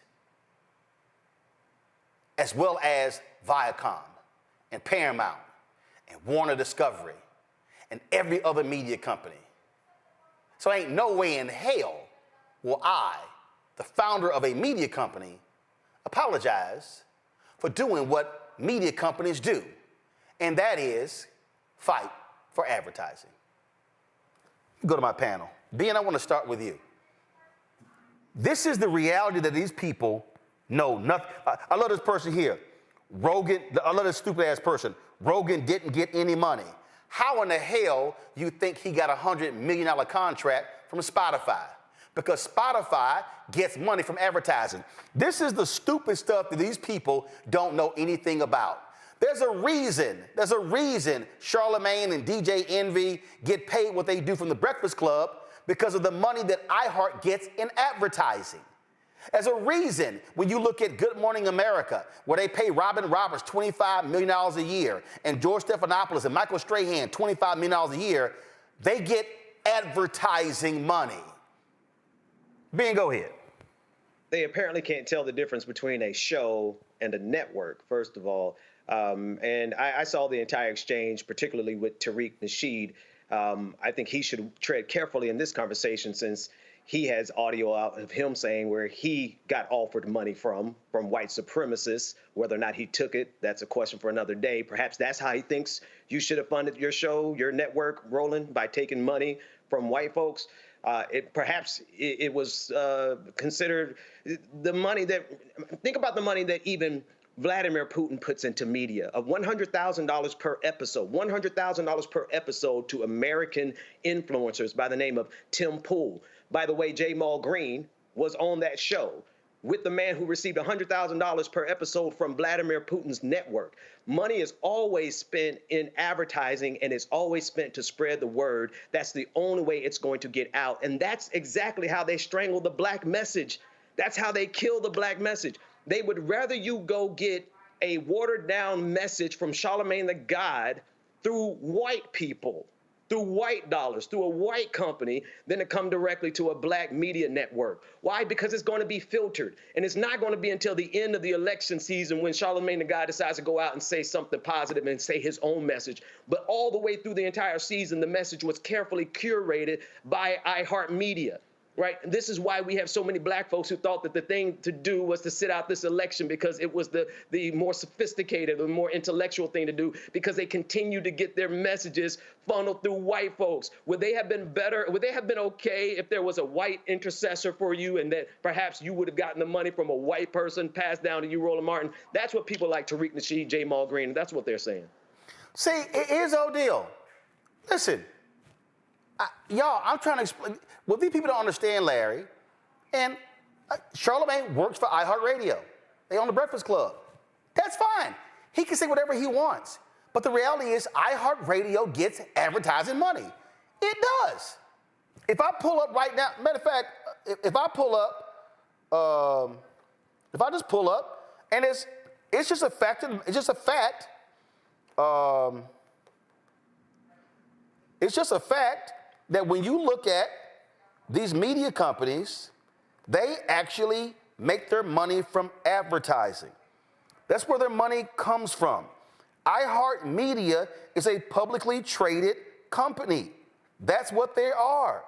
And so they make revenue. And the reality is you can't grow a business unless you grow revenue. This show right here, this is iHeartMedia stock. It's right there. And there's nothing wrong with that. Urban One is a publicly traded media company. Comcast, publicly traded media company.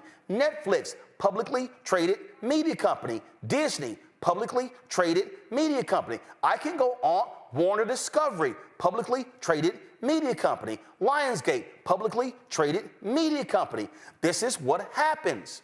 This is why, and I got no problem saying this, Larry,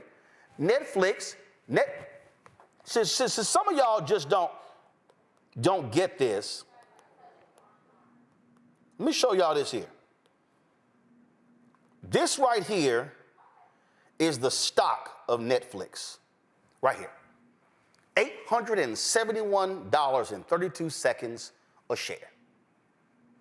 Netflix has reached out to me on numerous occasions, and they wanted to get, hey, we got this junket and that junket and this junket and that junket. And I said, is there an ad buy that goes along with that junket? And let me be real clear. I've said this to Starz. I've said this to Amazon Prime Video. I've said this to Hulu. I said it to Oprah's network OWN. When I was at TV One, I literally said, I am no longer going to keep putting talent of your shows on the network and we not get paid. And this is what I've said to Netflix, to Amazon Prime, to Prime Video, to Hulu, to any of these people. If you respect my audience and my show enough to want your talent on it, respect me enough to pay for advertising. Guess what? When we did Shirley, the movie on Netflix, they actually bought advertising. Wasn't a lot, bought advertising. We ran the promo, we ran the commercial. They called me about other stuff. And I said, is there an ad budget? No, it's not. No, thank you. I'm not going to do 3 or 4 or 5 or 6 interviews that don't benefit me economically, but that benefits you in terms of viewership unless there's advertising. You know why? Because I can't deposit, wow, Roland, that was a great story.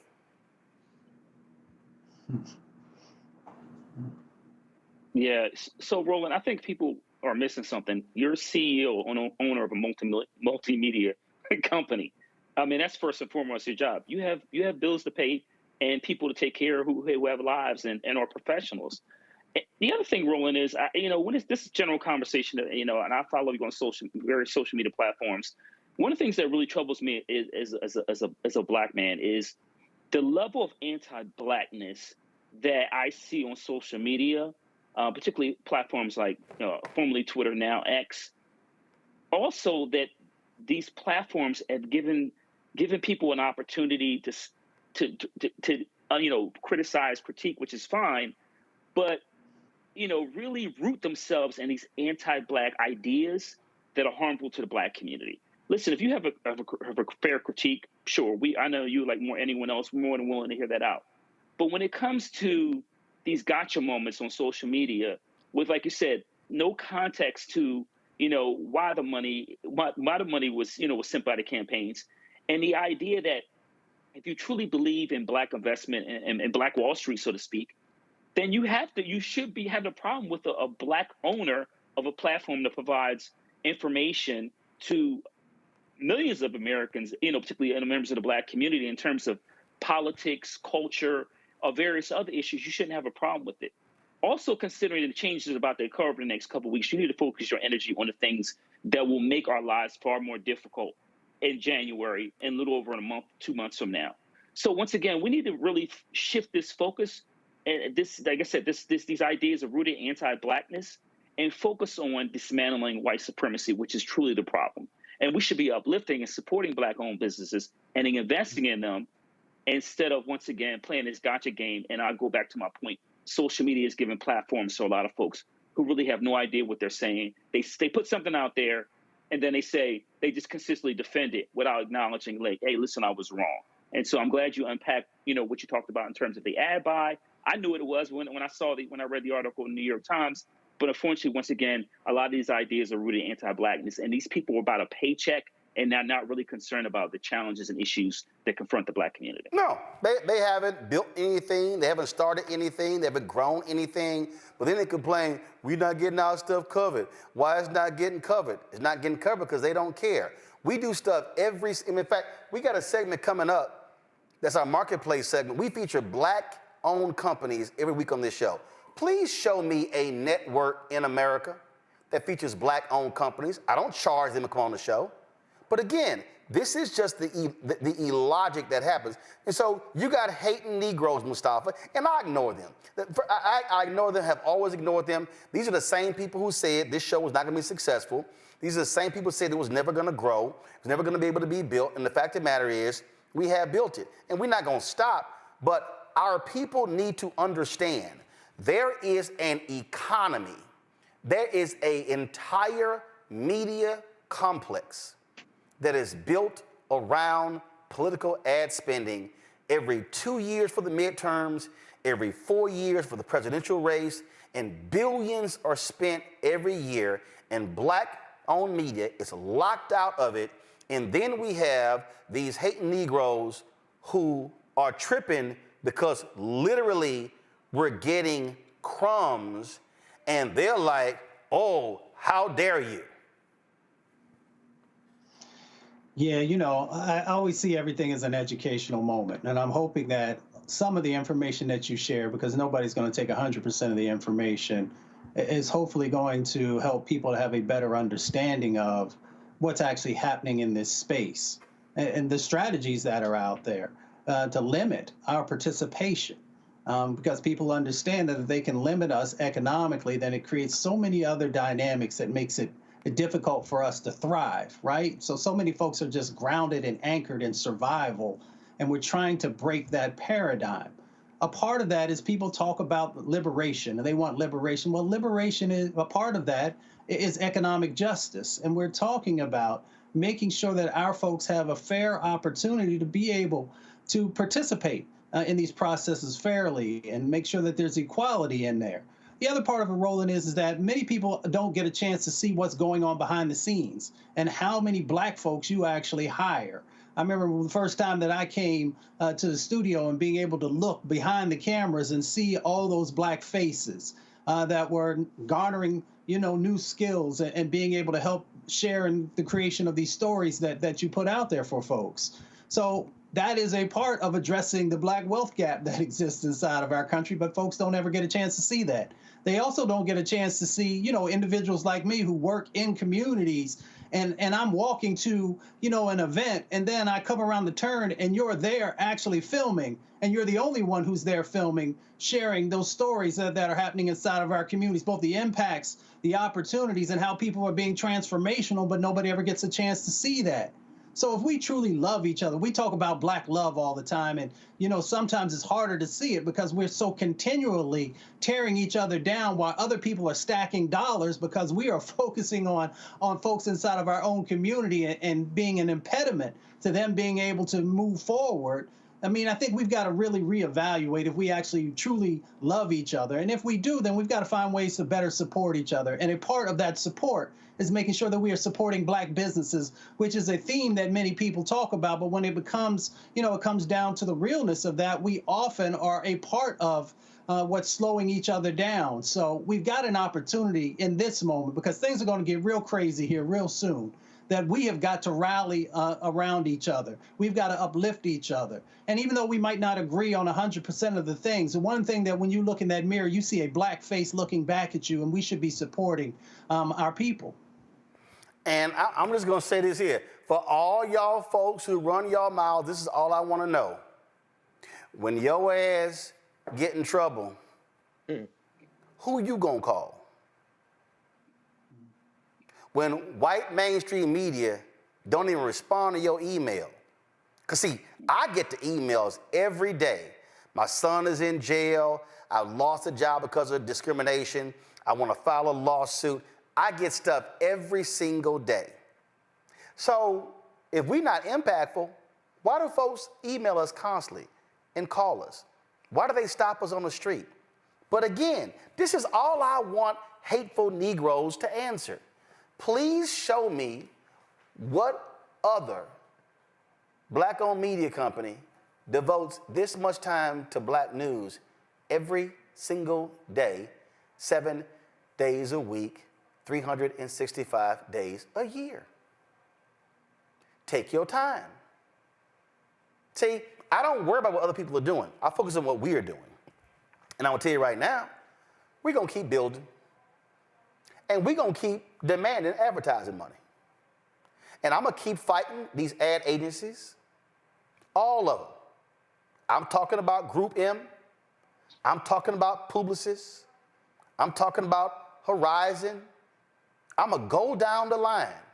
And I'm gonna tell you right now, these political media companies, we coming after y'all too. Because y'all been freezing out Black media companies. Y'all been freezing out Black-owned ad agencies, not even returning emails, not even giving them the courtesy of a response. And you think for a second, and just so y'all know, when you talk about doing $300 million in billing, and they start pulling, let me tell you what they do. They do their 10, 12, 15%, then they send some of the stuff to another company, and then they get their cut, and they own that company too. So these Democrat media companies are earning $20, $30, $40, $50 million in billing off of these political campaigns. And you didn't see a Black-owned company in that top 5, did you? No, you didn't. So don't think for a second that we're gonna stop. So I don't really give a damn what Tariq or Jamal or Marcel or any of y'all. I really don't give a damn what any of y'all think. Because we are doing the work that Frederick Douglass did, Ida B. Wells Barnett did, Robert Abbott did, Charlotta Bass did, John Sinstack, John H. Johnson, Butch Graves. We doing that work. And we don't care what the critics have to say, because the people stand with us and they see the end result of that work every single Black ass day. I'll be right back.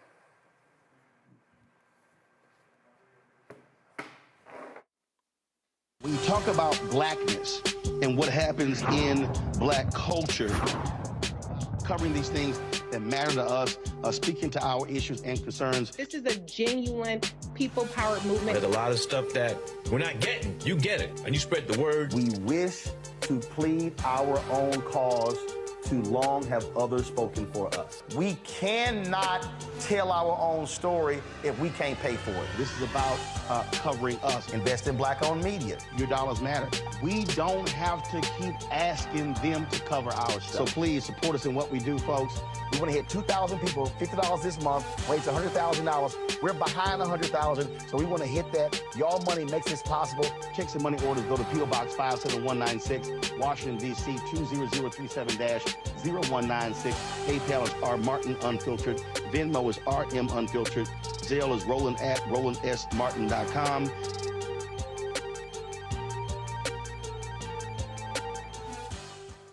What's up, y'all? Look, Fanbase is more than a platform. It's a movement to empower creators, offering a unique opportunity for everyday people to invest in Black-owned tech, infrastructure, and help shape the future of social media. Investing in technology is essential for creating long-term wealth and influence in the digital age. The Black community must not only consume tech, we must own it. Discover how equity crowdfunding can serve as a powerful tool for funding Black businesses, allowing entrepreneurs to raise capital directly through their community through the Jobs Act.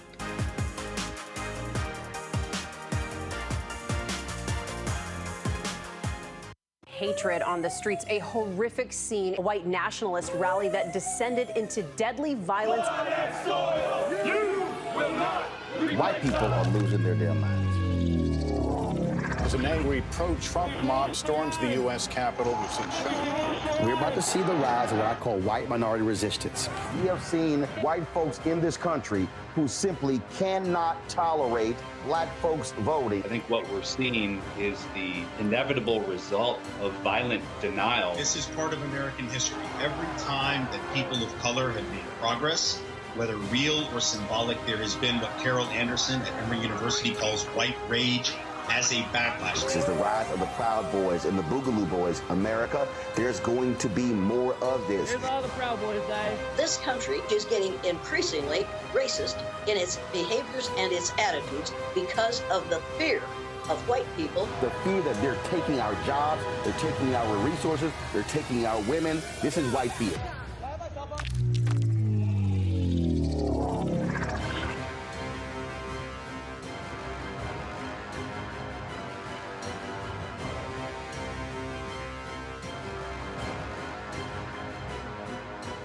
Hi, I'm Dr. Jackie Hood Martin, and I have a question for you. Ever feel as if your life is teetering and the weight and pressure of the world is consistently on your shoulders? Well, let me tell you, living a balanced life isn't easy. Join me each Tuesday on Black Star Network for A Balanced Life with Dr. Jackie. We'll laugh together, cry together, pull ourselves together, and cheer each other on. So join me for new shows each Tuesday on Black Star Network, A Balanced Life with Dr. Jackie.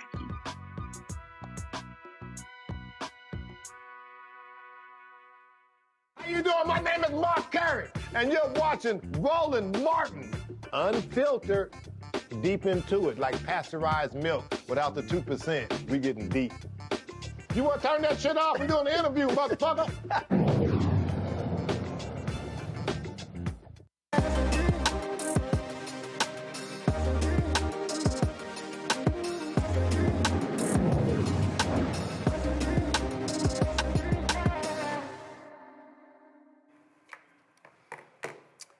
A family of 5 lawyers have developed Crime, No Crime, a legal game to educate youth on the ins and outs of the law. The Johnson family includes a criminal district court judge, a prosecutor, a criminal defense attorney, and corporate lawyer with more than 100 years of legal experience. Crime, No Crime is the only game of its kind, and the creators say it has a real-life impact. Joining me now is Eartha Jean Johnson, president and CEO of Legal Watch, and the vice president, her husband, Lonnie. How y'all doing? Doing great. How are you? Doing great. All right. So, first of all, that's a whole lot of lawyers in the family. So how did this come about? Were y'all sitting around Thanksgiving, Christmas, and folk were going back and forth, and then all of a sudden it was like, yo, let's do this game? No, I wish that were the case. It's just that because we're a family of lawyers, we get calls all the time when someone's in trouble. They just, hey, call one of them. And it was because of those calls that we started thinking about the fact that sometimes I get frustrated, like I'm thinking, why, how did they not know that? And the more I thought about it, I'm like, how would they know it? Because where do people learn the law? You know, we hear all the time that ignorance of the law is no defense, but it's 100%, or I said devastating reality that's led to the mass incarceration of far too many of our young kids. So that's kind of what kind of got it going. And this was a vision like really like, I would say 10, 15 years ago, but just never had the time to work on it. And some events happened in life and I got the time and we pulled together and came up with this game. So when was it launched? When did you start it? Hasn't been quite a year yet. We started last year. I guess we got our first real batch right around Christmas time. So not quite a year. It took us like 5 years actually to make it, because when we got into the game, what started happening is we thought it was going to be easy with all of us, but the laws in every state, as you know, are different. And because those laws are different, we had to research and find what is the law in the majority of states. So those are the answers on the crime, no crime questions. How many units have y'all moved so far? Wow, I would say right at 8,000, you know. So it's been a lot. It's been a long journey, and that was helped with the CBC. They got games for some of the youth and gave them out, so that was really helpful. So so what really constitutes the game? So what's I'm looking in here. So we've got so you've got your of course your sand, if you will, your timer, if you will, right here. Yeah. And so then you got how it's played. then you got these cards. How it go? Yeah, it's 250 questions. And how those questions work, we were very intentional with the game. It wasn't a game just to be a game. And so how it goes is, if you think of the Family Feud, just envision that. It's played a lot like that. Okay. So you have two teams of up to 4 people per team.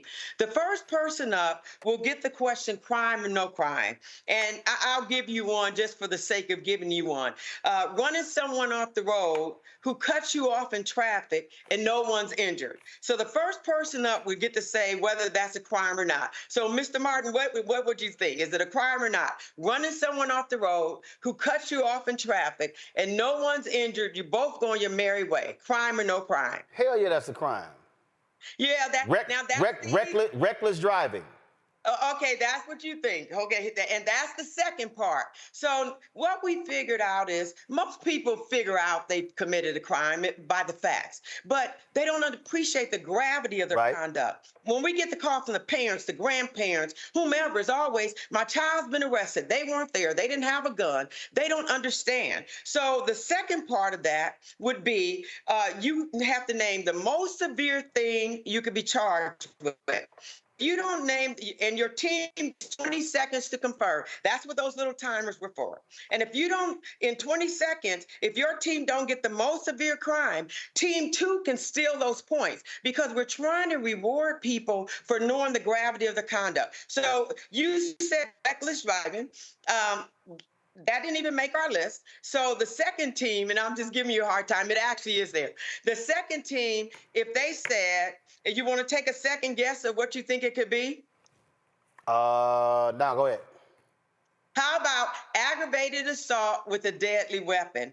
What we're trying to do is trying to let our kids know it's not just the knives, not just the guns, but your car could be a deadly weapon. And then most people, they'll give a misdemeanor, saying reckless driving, road rage, or something like that. But it's actually a felony, and an aggravated one at that. So the game not only teaches them the law, but the impact of their actions, so they don't end up engaging in conduct that unwittingly not knowing that it's an actual crime. All right, then. I'll try another one on you if you want to hear. Actually, I'm going to go to questions from my panel. So let me start. I'm going to start with Professor Larry Walker first. Yeah. So yeah, thank you for the game, and I'm just curious. You mentioned the young people a lot, and it makes sense to make sure that they have access to much information as possible. When you were developing the game, creating it the way what you have so far, did you seek a lot of insight from young people in terms of developing some of the information? Yes, if you look at the box, all the names on there are young people who had input into this game. All our grandkids, in fact, a lot of the names, the name itself or the theme on the box actually comes from one of our grandkids. We had a different name, and he looked at it and he said, I just don't think that's going to help. That's going to be attractive to people in my age group, 11, and actually younger than what the game is designed for. But he came to the part that said, play your cards right. We had something totally different there. So there was a lot of input from the design of the box to actually input on questions. A lot of the questions came from experiences they had. For example, one of the questions deals with having a police officer provide questions to a school principal, and the school principal asks you questions that the police officer couldn't ask without a parent being there. And crime is perfectly legitimate for the school principal to do that. And so the people need to know that so they can instruct their kids that they can always say to a principal investigating something, I would rather not have any conversations or answer any questions until my parents are here. Because so many times our kids are now being given criminal records at age 11 and 12 and 13 because they don't know that they have the right to not say anything. All right, let's see here. Mustafa. Yeah, well, Mr. and Mrs. Johnson, thank you for this. Having a working knowledge of the law is incredibly important. I'm curious, after moving around 8,000 units, have you had any testimonials from folks about how it has played a role in their families' lives or others who they interact with? Yeah, if you look at the back of the box, before we actually put it out, we had people go through it, give us their feedback and their comments. And then since the game has been out, we've gotten all kinds of feedback. But since the game's been out, we've had people, if somebody's working on a commercial with the force right now, with all the positive comments that have come out since the game, people that actually has had an impact on them. So yes, you can't help but to learn. It's just one of those things that you just can't help but to learn. And one of the unintended consequences of the game, we've had several calls from people saying, after playing the game, our daughter or our son, several times they said they want to study law now. They're interested in the law. Ben. That was actually one of my questions, was the interest in the law that came from this. I'm excited about getting this game for my kids. They already love to argue, so this would be perfect for them. My question for you, though, is have you been able to connect with any distributors? Because I go to Walmart and I look for a family game and we're running out of games to get.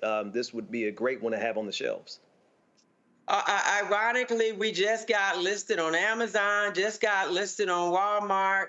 It's been on Shopify. So, yeah, we're working on it. It took us, we've been doing the infrastructure and really trying to get to at-risk kids. We try to donate them to them where we can. So, yes, we definitely are trying to get on those shelves. We're not nearly where we need to be or want to be, I should say. But it is a goal of ours, and that's something we're diligently working on.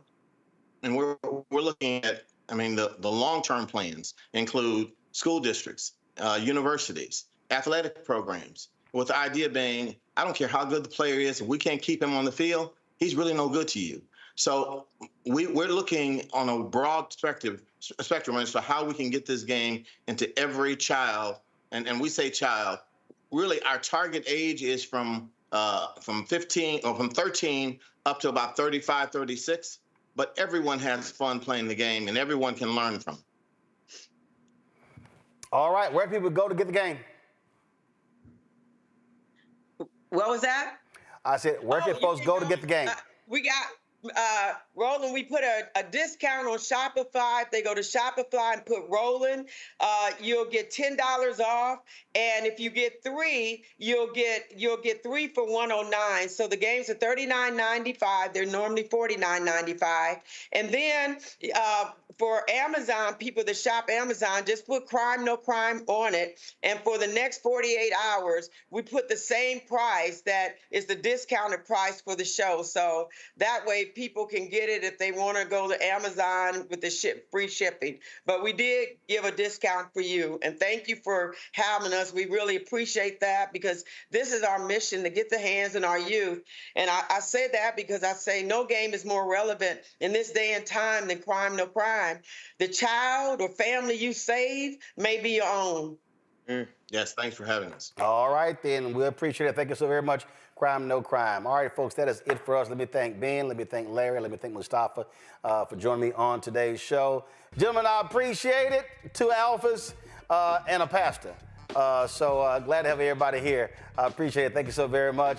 All right, folks, that's it for us. Tomorrow I'll be broadcasting from Atlanta tomorrow. We're headed there.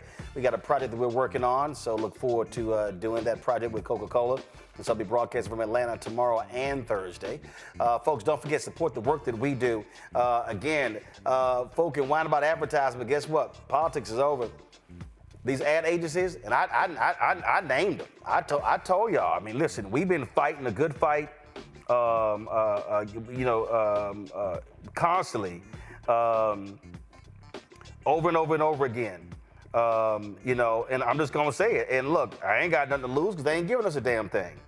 I've done meetings, y'all. I've done meetings with publicists, constant meetings in the past since we launched this show.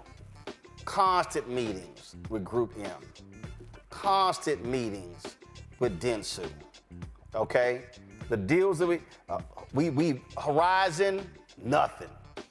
We've been, listen, folks always talk about, oh, a great meeting. I'm sorry.